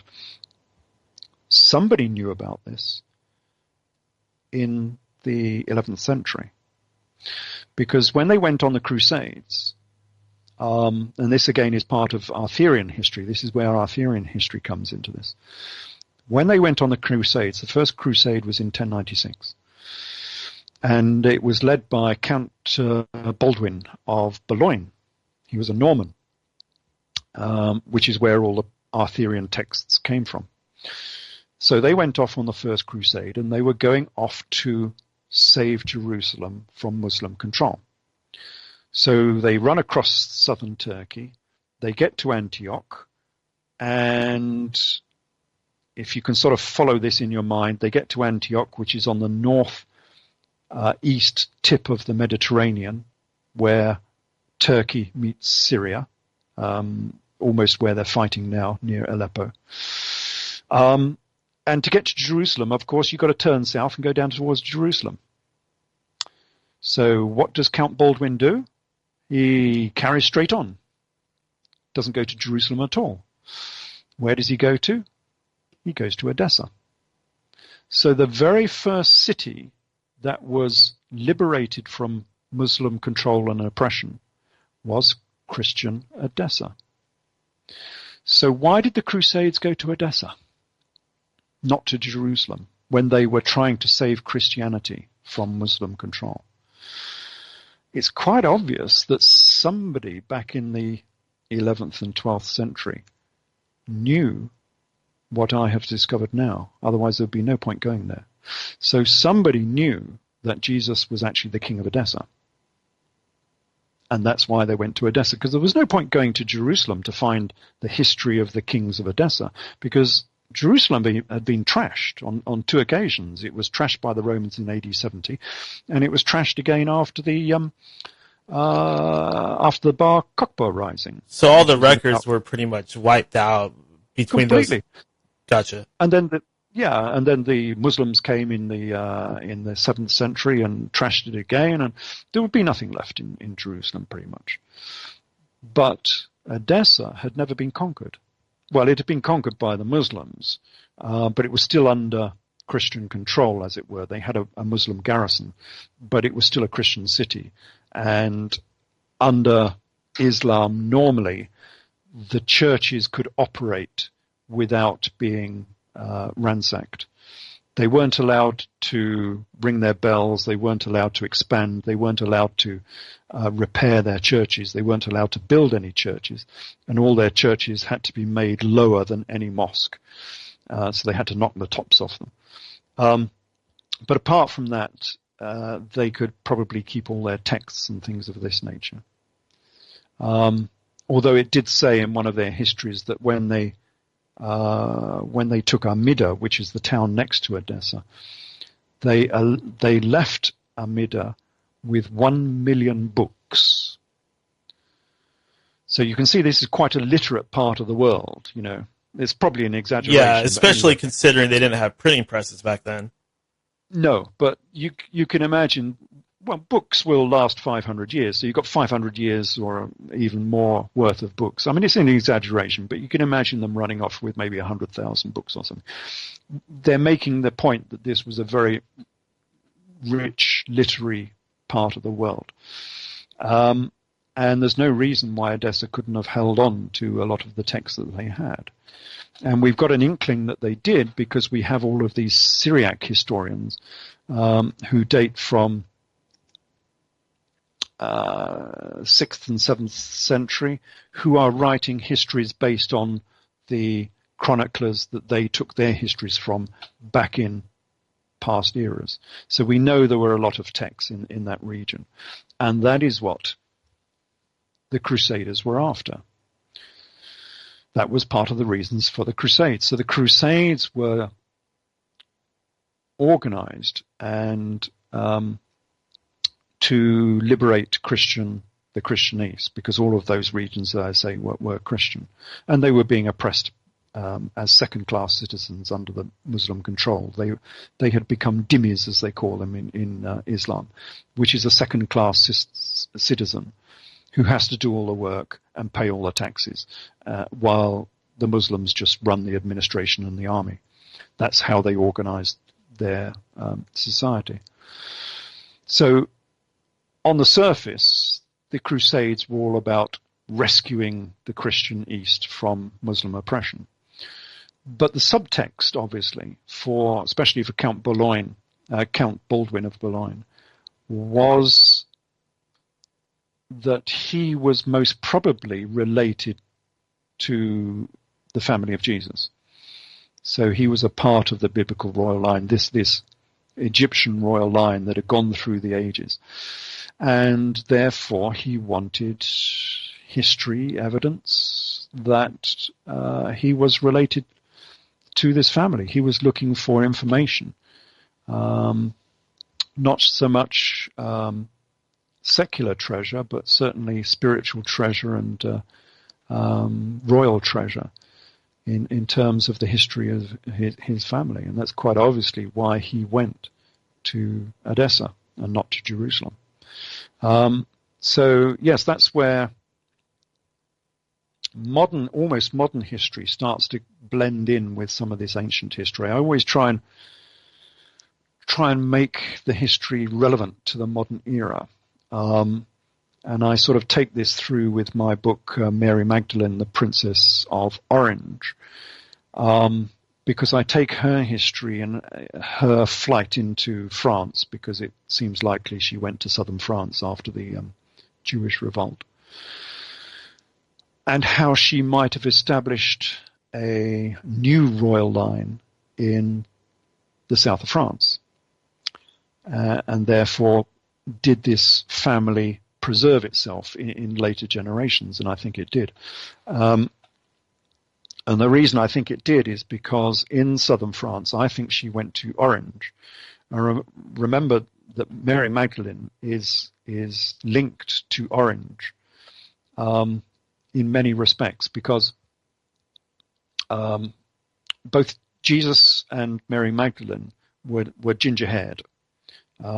We have that from not the Talmud, from the Dead Sea Scrolls, who said that the Messiah would be pale-skinned with freckles and ginger hair. We have that from Muslim tradition, where you see all these people, especially in places like Afghanistan and so on. You've probably seen them with bright ginger hair. All these old men going around with bright ginger hair. I believe I've seen stuff like that. Yeah. Yeah. Well, the reason they do it is because Muhammad was supposed to have dyed his hair with henna to be ginger. And why was Muhammad trying to be ginger? Well, because he was the next prophet after Jesus. And so he wanted to look like the previous prophet. And the previous prophet was ginger. And he was Jesus. And then we get all these links between the ginger hair and or, meaning gold, which is the Latin for gold, which became orange, which is a golden color, which became orange as in the fruit, because it's spherical and it's orange color, which was used as a symbol of the sun, because an orange is the sun is orange. So we get all these connections throughout history. And if you look at Renaissance art, Mary Magdalene is always golden-haired. That's how she's described in the Golden Legend. That's why it's called the Golden Legend, because she was the golden princess. How close is the... of course, you've heard of the Da Vinci Code, Dan Brown, all of this. How close is his take on things to the actually what happened? Is it close at all? Oh, yeah, it's close in that she married Jesus, of course. The Talmud tells us that she married Jesus. That's no secret. The Acts of the Apostles gives us another clue, because the secret here was not that Jesus was married to Mary Magdalene. That was not the secret they were trying to cover up within the Catholic Church. What they were trying to cover up is that Mary Magdalene was the sister of Jesus. So Jesus married his sister. In fact, he married both sisters. He married Martha and Mary. Because the Talmud says that as the high priest of Jerusalem, and the Talmud says he became the high priest of Jerusalem, as does Hebrews 7, the high priest had to have a wife and a backup wife just in case. So we know that he Lucky had him. 2 wives. Yeah, well, it was the backup wife was in case of the end of days or something. I forget how they describe it anyway. So How appropriate. Yeah, that's right. So his 2 wives were Mary and Martha. That's why they are the Bethany sisters and described as such in the Gospels. And quite obviously, this is Mary and Martha both as described in the Talmud. And so he married his sister. Jesus married his sister, which was quite normal, of course, because all the pharaohs married their sister. I mean, if you look at Cleopatra, she married both of her brothers. Akhenaten married 2 of his daughters. And even Nefertiti was probably an extremely close relative. They all married close relatives, sisters, daughters, in order to keep the bloodline pure, in order to keep it from, other bloodlines. And that was a royal tradition throughout all of Egypt, and it became a royal tradition within Judea as well. So if you look at Agrippa II, he married his sister, Berenice, although they try not to describe it as a marriage, but they lived as man and wife. He was the king of Judea, was Agrippa II. This was just perfectly normal in that part of the world and for these royal families. And we have this from Acts of the Apostles, where I think it was Saul. Yeah, it was Saul who said, why can I not lead around a sister wife the same as the other disciples?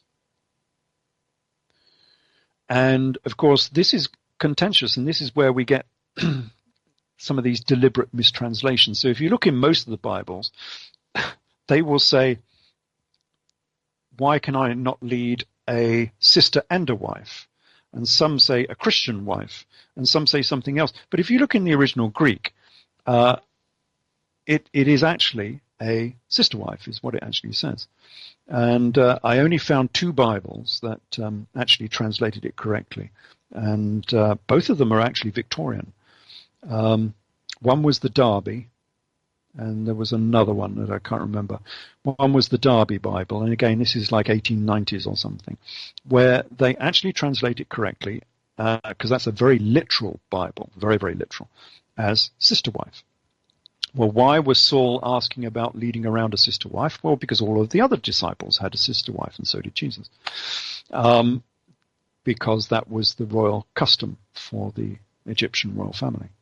Out of Egypt I have called my son. He was Egyptian. So that was the cover-up that the Catholic Church wanted. They didn't want you to know he was linked to Egypt and had married his sister, because that was no longer acceptable when they were translating these books, especially for the King James Version and all the rest of it. So, yes, the story was slightly different, and they had to cover this up. But Mary Magdalene ended up in the south of France, as I say, and she ended up in the city called Orange.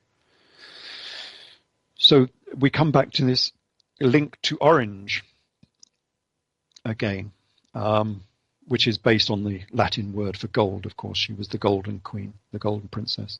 So she was not only orange in her hair, but she was golden in her aura and also in her wealth.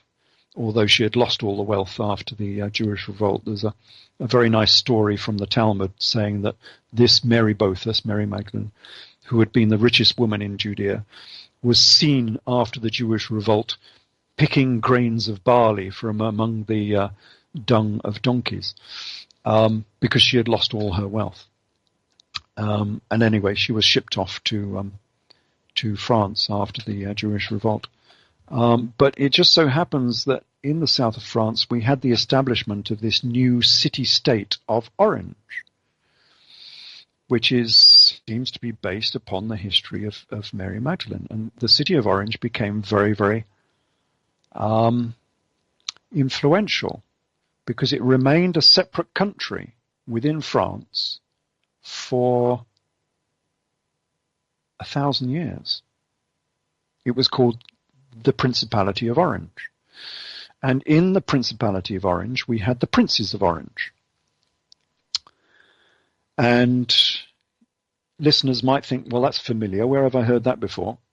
Well, they are the kings of Holland now, are the Princes of Orange.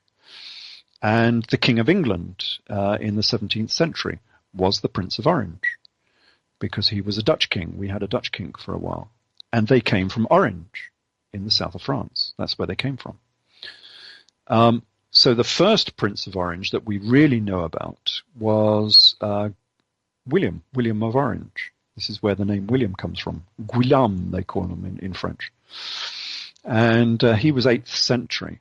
And again, this is very pivotal in European history because Europe had been invaded by the Muslims. The Muslims didn't stop in Spain. When they took over Spain, they came into France. And at the beginning of the 8th century, they were defeated by Charles Martel at the Battle of Tours, I think it was, and kicked out of France. But at the end of the 8th century, they were back again into France. And it was the Prince of Orange, William, the Prince of Orange, who organized the Frankish army to defeat them. And so he and the Frankish army defeated the Muslims and kicked them back out of France again. And again, we get all these links with Orange and everything else because his wife was called, it's a lovely name, this. I love this name. His wife was called Princess Orrible, which doesn't sound too good in the English as a name, but her name comes from ore again, meaning gold. So she was the Golden Princess again, exactly the same as Mary Magdalene was. And he was the Prince of Orange. Now, they lasted in Orange as a separate nation, a separate principality, should I say, all the way through to the reign of Louis XIV. And then it becomes a part of European history because we had the big war of religion between the new Protestant church and the Catholic Church, which was the big battle of the Reformation. The Reformation and the Age of Enlightenment, which was essentially a battle of the new Protestant churches following Martin Luther against the Catholic churches. Now, France was Catholic, especially later under Louis XIV and so on, but it had been Catholic all the time. The only real place that wasn't was the city of Orange, which was Protestant. And so the city of Orange was a thorn in the side of French politics all this time, being a Protestant Reformation supporting principality in the center of France there, southern France, all the way through to the end of the reign of Louis XIV. Now, when we had a Dutch king, because our king was called the Prince of Orange, we had William III. This is beginning sort of the 17th century. The English king at that time was William III, William the Prince of Orange. And he was from Orange. His ancestry was from this city in the southern part of France. So Louis XIV couldn't do anything about this principality when our king was the King of England, was supporting, obviously, this principality. But when William III died, then Orange was wiped off the face of the earth. And all of the monarchy and all of the people were expelled. And that's where we get Holland from. So prior to that, they had moved to Holland. And after that period, they moved to Holland as well. So Holland arrived with its Princes of Orange from the south of France. And they have become a sort of pivotal monarchy within European politics all the way up through to the 18th century and possibly beyond, you could say. It might still be around. Yep. And this, I take it this confirms the idea that Jesus had children? Yes. Yes, he had several children. I can't remember all their names now. There is one from Arthurian legend. But Arthurian legend is awkward at times because they play around with names a little bit. Obviously, it was very difficult for Arthurian legend. I don't know if you know the main thesis of my Arthurian history, but anyway, my idea... We might have to do another show. Yeah, we might have to do another show. Yeah, okay, so I won't go through that. But anyway, one of the sons of Jesus is mentioned in Arthurian history as being the king of Palmyra in the 1st century. Now, Palmyra is where they're fighting at present with ISIS. You know, they've destroyed all of Palmyra, blowing up all of the monuments there. Palmyra was the second city of the Edessa monarchy. So their primary city was Edessa, which is north of Aleppo. They also owned Amida, which is on the Tigris. It's due east of Edessa. And then their principality went all the way down almost as far as Damascus.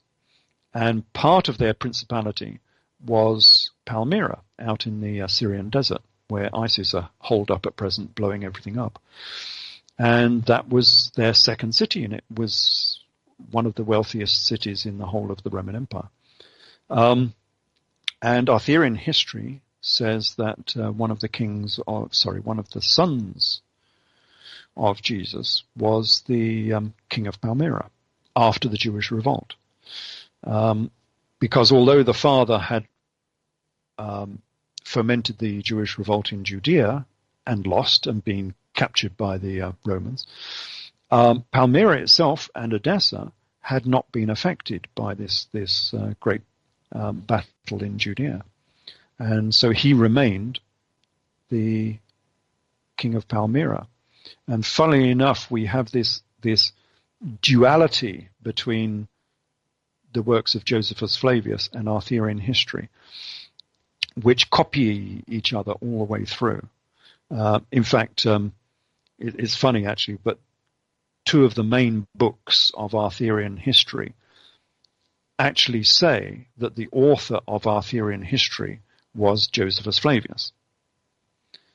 And this has raised some eyebrows, of course, within Arthurian history, because as William Nietzsche said, Nietzsche is one of the fathers of Arthurian history, Arthurian research.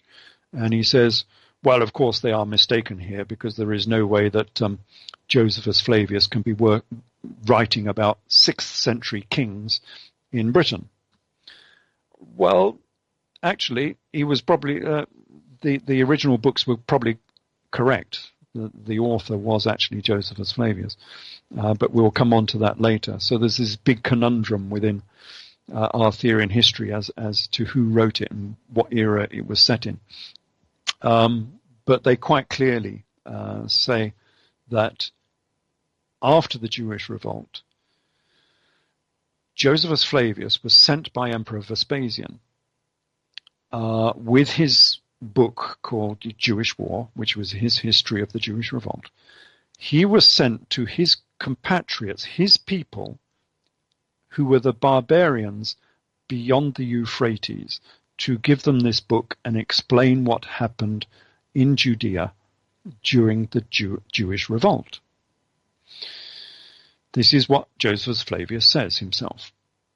And strangely enough, Arthurian history says exactly the same, except it gives the role to Joseph of Arimathea instead of Josephus Flavius. But apart from that, they say it says exactly the same. So what was Josephus Flavius doing in Mesopotamia beyond the Euphrates with his book about the Jewish revolt, which said Rome was invincible, don't mess with Rome because you're going to lose? Where did he go to? Why? Because he was saying his countrymen beyond the Euphrates, so he's talking about Jews, who are the Jews beyond the Euphrates that he's going to give this book to who were involved in the Jewish revolt? Well, this made absolutely really no sense under traditional history. But now we know that the leaders of the Jewish revolt came from Edessa. It is quite obvious that Josephus Flavius went to Palmyra and Edessa to give them his Jewish war, his account of the Jewish revolt, which was basically taking this to them and saying, look, as it says in the book, Rome is invincible, don't start another revolt, because you'll end up like King Jesus strung up on a cross. And that's what he was doing. And that was one of the reasons I saw this link with Arthurian history that we're going to talk about later in another program perhaps, because, as I say, Arthurian history says exactly the same. And so the two stories are inextricably linked together, which is interesting. Yeah, very fascinating. Unfortunately, as compelling as this is, the coffee started to get to me again. So perhaps we could, one of these days in the future, perhaps after I've read the actual book about the Arthurian work, we could do another show and we could really get into that. Yeah, that would be a good idea, because that's a big book again. That's 600 pages, so that'll keep you going for a while. That's a very interesting story because it links together everything we've been talking about. You might not think that from just, the idea of Arthurian history, but it's strange how you get into it, that it does cover all of the topics we've been talking about. It's a very strange story, and it is not the story that you've been taught about Arthurian history. It is actually very, very different to how it is taught, especially within Hollywood, of course. That would be very interesting. We should do that. Absolutely. I love Arthurian stuff, and I'm definitely looking forward to that. But why don't you go ahead and say whatever you'd like to say. If you'd like to plug anything, any upcoming lectures, you want to talk about your book, yes. The floor is completely yours. Okay, well, my website is edfu-books.com. That's edfu-books. That's got some information on it, but it's a little bit static, I have to say. Probably the best is my Facebook site, which is Ralph Ellis 144. So, and that's for a reason. 144 is the gross, it comes from Arthurian history. We'll talk about that. It's a gross. It's 12 of the 12, 12th disciple of the 12th disciple. So Ralph Ellis 144 is my Facebook site. That's a bit more dynamic. There's 10 or 12 books, I think, in the series. Anyway, they're all on Amazon. If you're in America, if you like the hardback books, you can always go to Adventures Unlimited up in Illinois. They've got all the hardback books there. I like the tablets myself. If you're on tablets, the iPad versions are the best because they do better pictures, they do videos and all the rest of it, whereas Amazon doesn't. They're also on Amazon tablets as well. Tablets are good because I can update them, so sometimes they're more recent editions than the hardback books. Although if you go on to CreateSpace, I think it's called, which is part of Amazon, they are recent editions too. Anything that says 2015 edition or something, they're all the recent editions. And I'm not doing any talks in 2017, nothing booked at present. On the websites and so on, you'll see all sorts of things that I've written, various things. So if you search around for Ralph Ellis, you'll find a lot of details on there. There's a lot of blogs and so on discussing this. And if you are searching on, go ahead. Just one little last thing. If you're searching on the web about my book, Jesus, the King of Edessa, which is one of the pivotal books in this series, Jesus, King of Edessa, which identifies Jesus as a king of Edessa, there is a very poor review by someone on the net. But when I got into this guy, it transpired that A, he's not a professor when he was making out he was. B, he hadn't even read the book. see he had a religious agenda which he was trying to maintain. And so everything he actually says in his review is completely wrong. Nothing he said in his review actually came from my book. So I've had this several times, and it's a recurring problem, especially on the net, where people don't like your research, they don't like your conclusions. So they won't argue your points and topics and trying to say where you're wrong. They just try and they just try and attack the person instead. And this is what this guy did. And unfortunately, these things get quite widely distributed on the net, and people think, oh, well, look, here's this professor says this book is not very good. No, he's actually a failed student. He got kicked out of college, and he's only a failed student, this guy. So, yes, you have to be a bit careful. There are people out there with agendas. There are religious people out there with agendas who don't like my books. There are historical people out there who don't like my books and are equally aggressive sometimes, which I found very strange when I first started this. But if you think about it, the historical hierarchy have a very rigid view of history that is every bit as fixed as a religious one. And they don't want to see their historical structures taken apart as much as a religious person doesn't, because this is what they've taught, especially in Arthurian history. You will have a professor who's been, 30 years in the business teaching history, and this is what they have taught. And the last thing they want to admit is for the last 30 years they've been wrong, and they've been teaching the wrong thing. They can't admit to that, and so they will not admit to it, and they get very angry if you prove them wrong. So you will find opposition to these books on occasions, but there's not an argument that I've lost yet.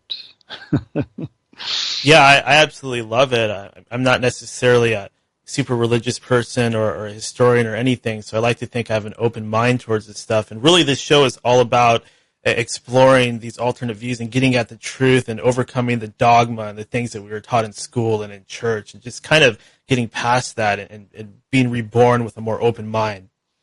Yeah, indeed. And at the very base of all of my research, readers will find everything they read is new. Nothing in my books is regurgitated from other histories or other ideas from other authors. Everything in my books from beginning to end is new. And when sometimes you come across some people now saying that Josephus might be Saul, well, that's actually taken from my books, which was written back in 97. I mean, I wrote this an awful long time ago. This is nearly 20 years ago. Took them that long to figure out. Yeah, it's taken that long to start copying me. But there are one or two who have started to copy my work. But you'll find, other than that, you'll find all of my work completely original. It's not been raised in any other research book or history book ever before. Awesome. Well, Ralph, thank you so much for joining us here on End of Days Radio. I had a fantastic time. My mind has been opened so much regarding this stuff, and I cannot thank you enough. And I'd definitely like to touch bases with you and perhaps do that King Arthur show in the future. Yes, that would be a good idea, wouldn't it? Let's do that sometime. All right. Thank you again, and please enjoy the rest of your day, and good luck with everything, sir. Thanks very much. Thank you, and goodbye. Goodbye. And there you have it, Ralph Ellis. Pretty cool guy. I definitely enjoyed that. We probably could have just kept going and gone on and on and on. So I imagine we could have done a 4-hour show, but I drank this coffee and I keep having to use the bathroom, so it just was not working. But I just wanted to let him keep talking and talking because I was learning so much. And I know you guys are learning a lot. So I'm going to take a little break, and then I'm going to go ahead and shut down the live show and do a little bit of recording. There's some stuff I want to talk about, so I'm going to go ahead and shut things down and nail out a couple things. Then I'm going to come back and record a little bit more. So I'll talk to you guys in a bit.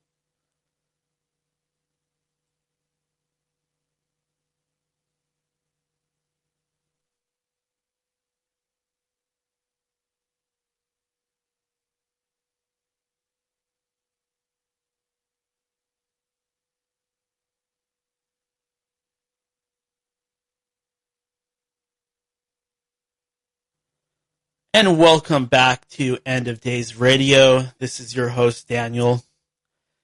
I like to call this portion the wrap-up portion of the show. And I wanted to talk about something very important. As many of you know, there have been a lot of jabs going back and forth between my former co-host and myself. You know, these have played out on our shows, on various internet forums, and I'm certainly not proud of it.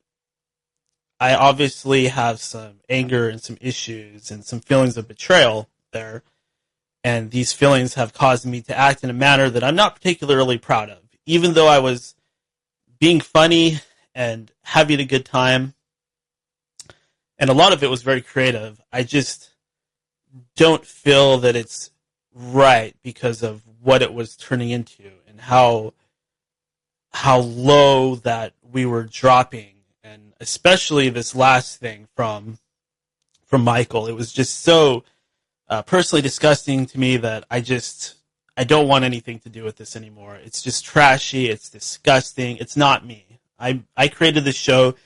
I created End of Days Radio, my show, because I wanted to awaken mankind. I wanted to do a good thing. I wanted to have fun, of course, but I wanted to create something really special, and just to see what's happening, it is nothing but sickening. And a part of the reason why I had this big shift of perspective was because I became aware of something that I was not aware of before, something that was going on behind closed doors, something that was kept secret from me for whatever reason. And I now see that there was a third party having a high amount of influence on Michael, and this person was obviously working very hard to turn us against each other, working in a very insidious fashion, probably just so they could get attention for themselves and get that, get connected to certain people and certain things. And now that I realize that feeding into this situation is doing nothing more than feeding this very sick, dark third party and giving this person attention and giving this person exactly what they want. So I just don't have that same anger towards Michael because I realized that this other person was influencing him so much. And I just feel terrible about the whole thing.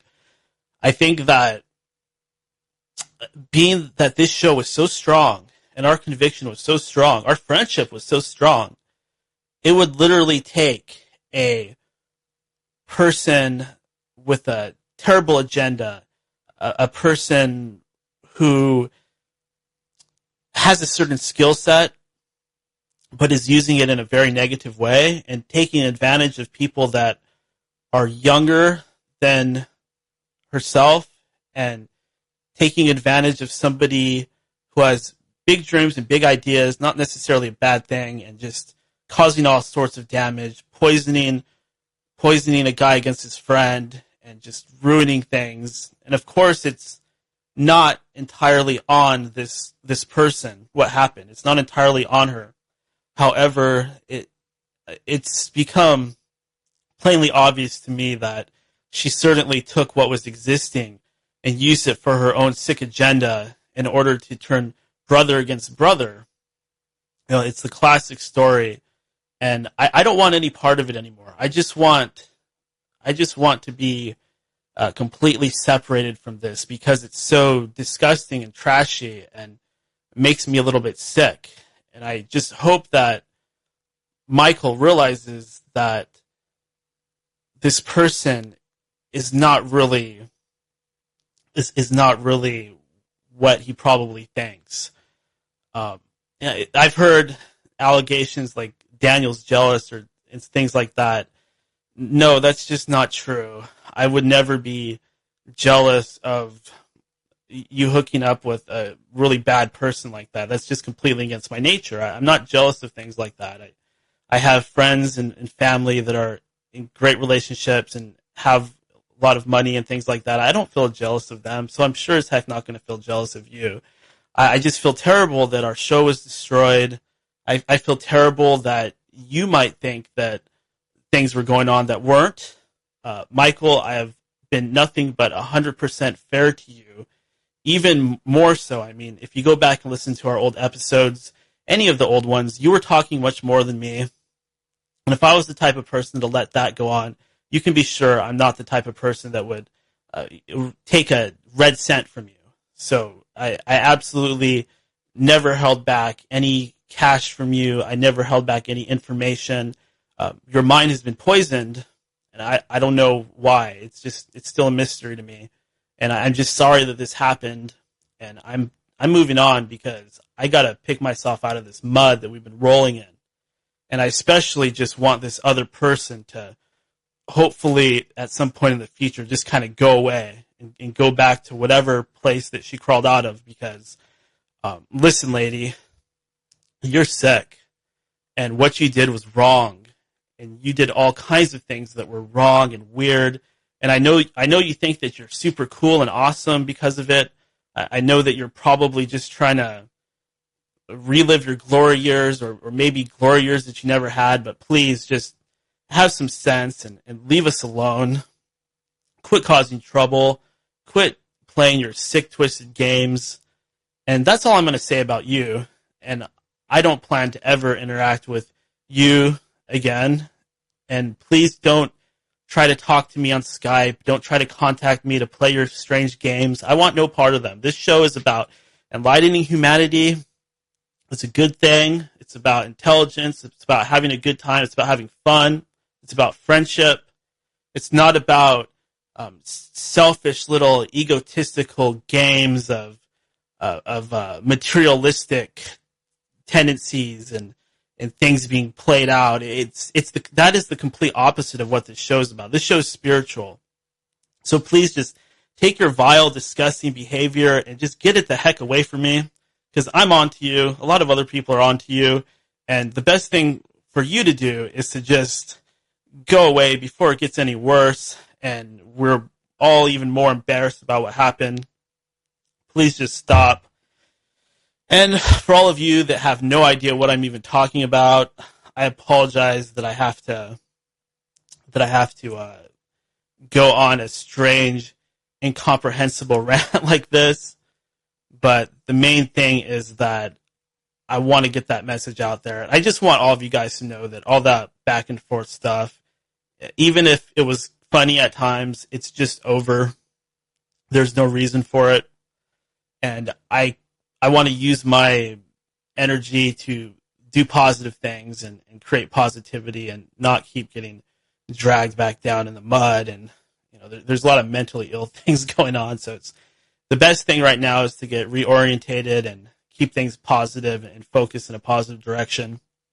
This show has a lot of power. It's an amazing thing, and I'm so proud of it. And I'm so proud of the recent work that I've been doing. And I think that that's probably why this person came out of the shadows. What can we call her? Morgan Le Fay? Or perhaps there's other names that could be used. But yeah, I think that's even too kind to use Morgan Le Fay, because Morgan Le Fay was pretty. So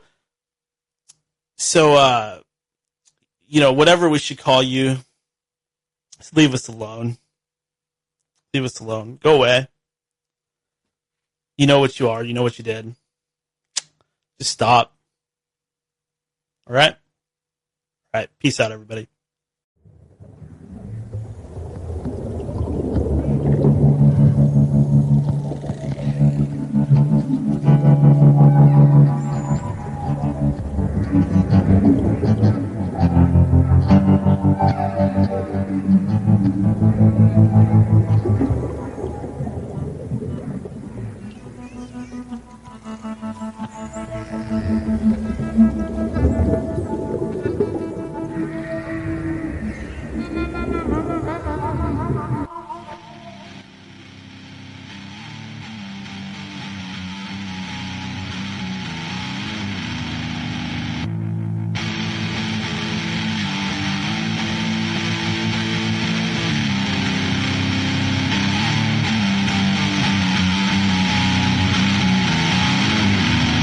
Winter's coming.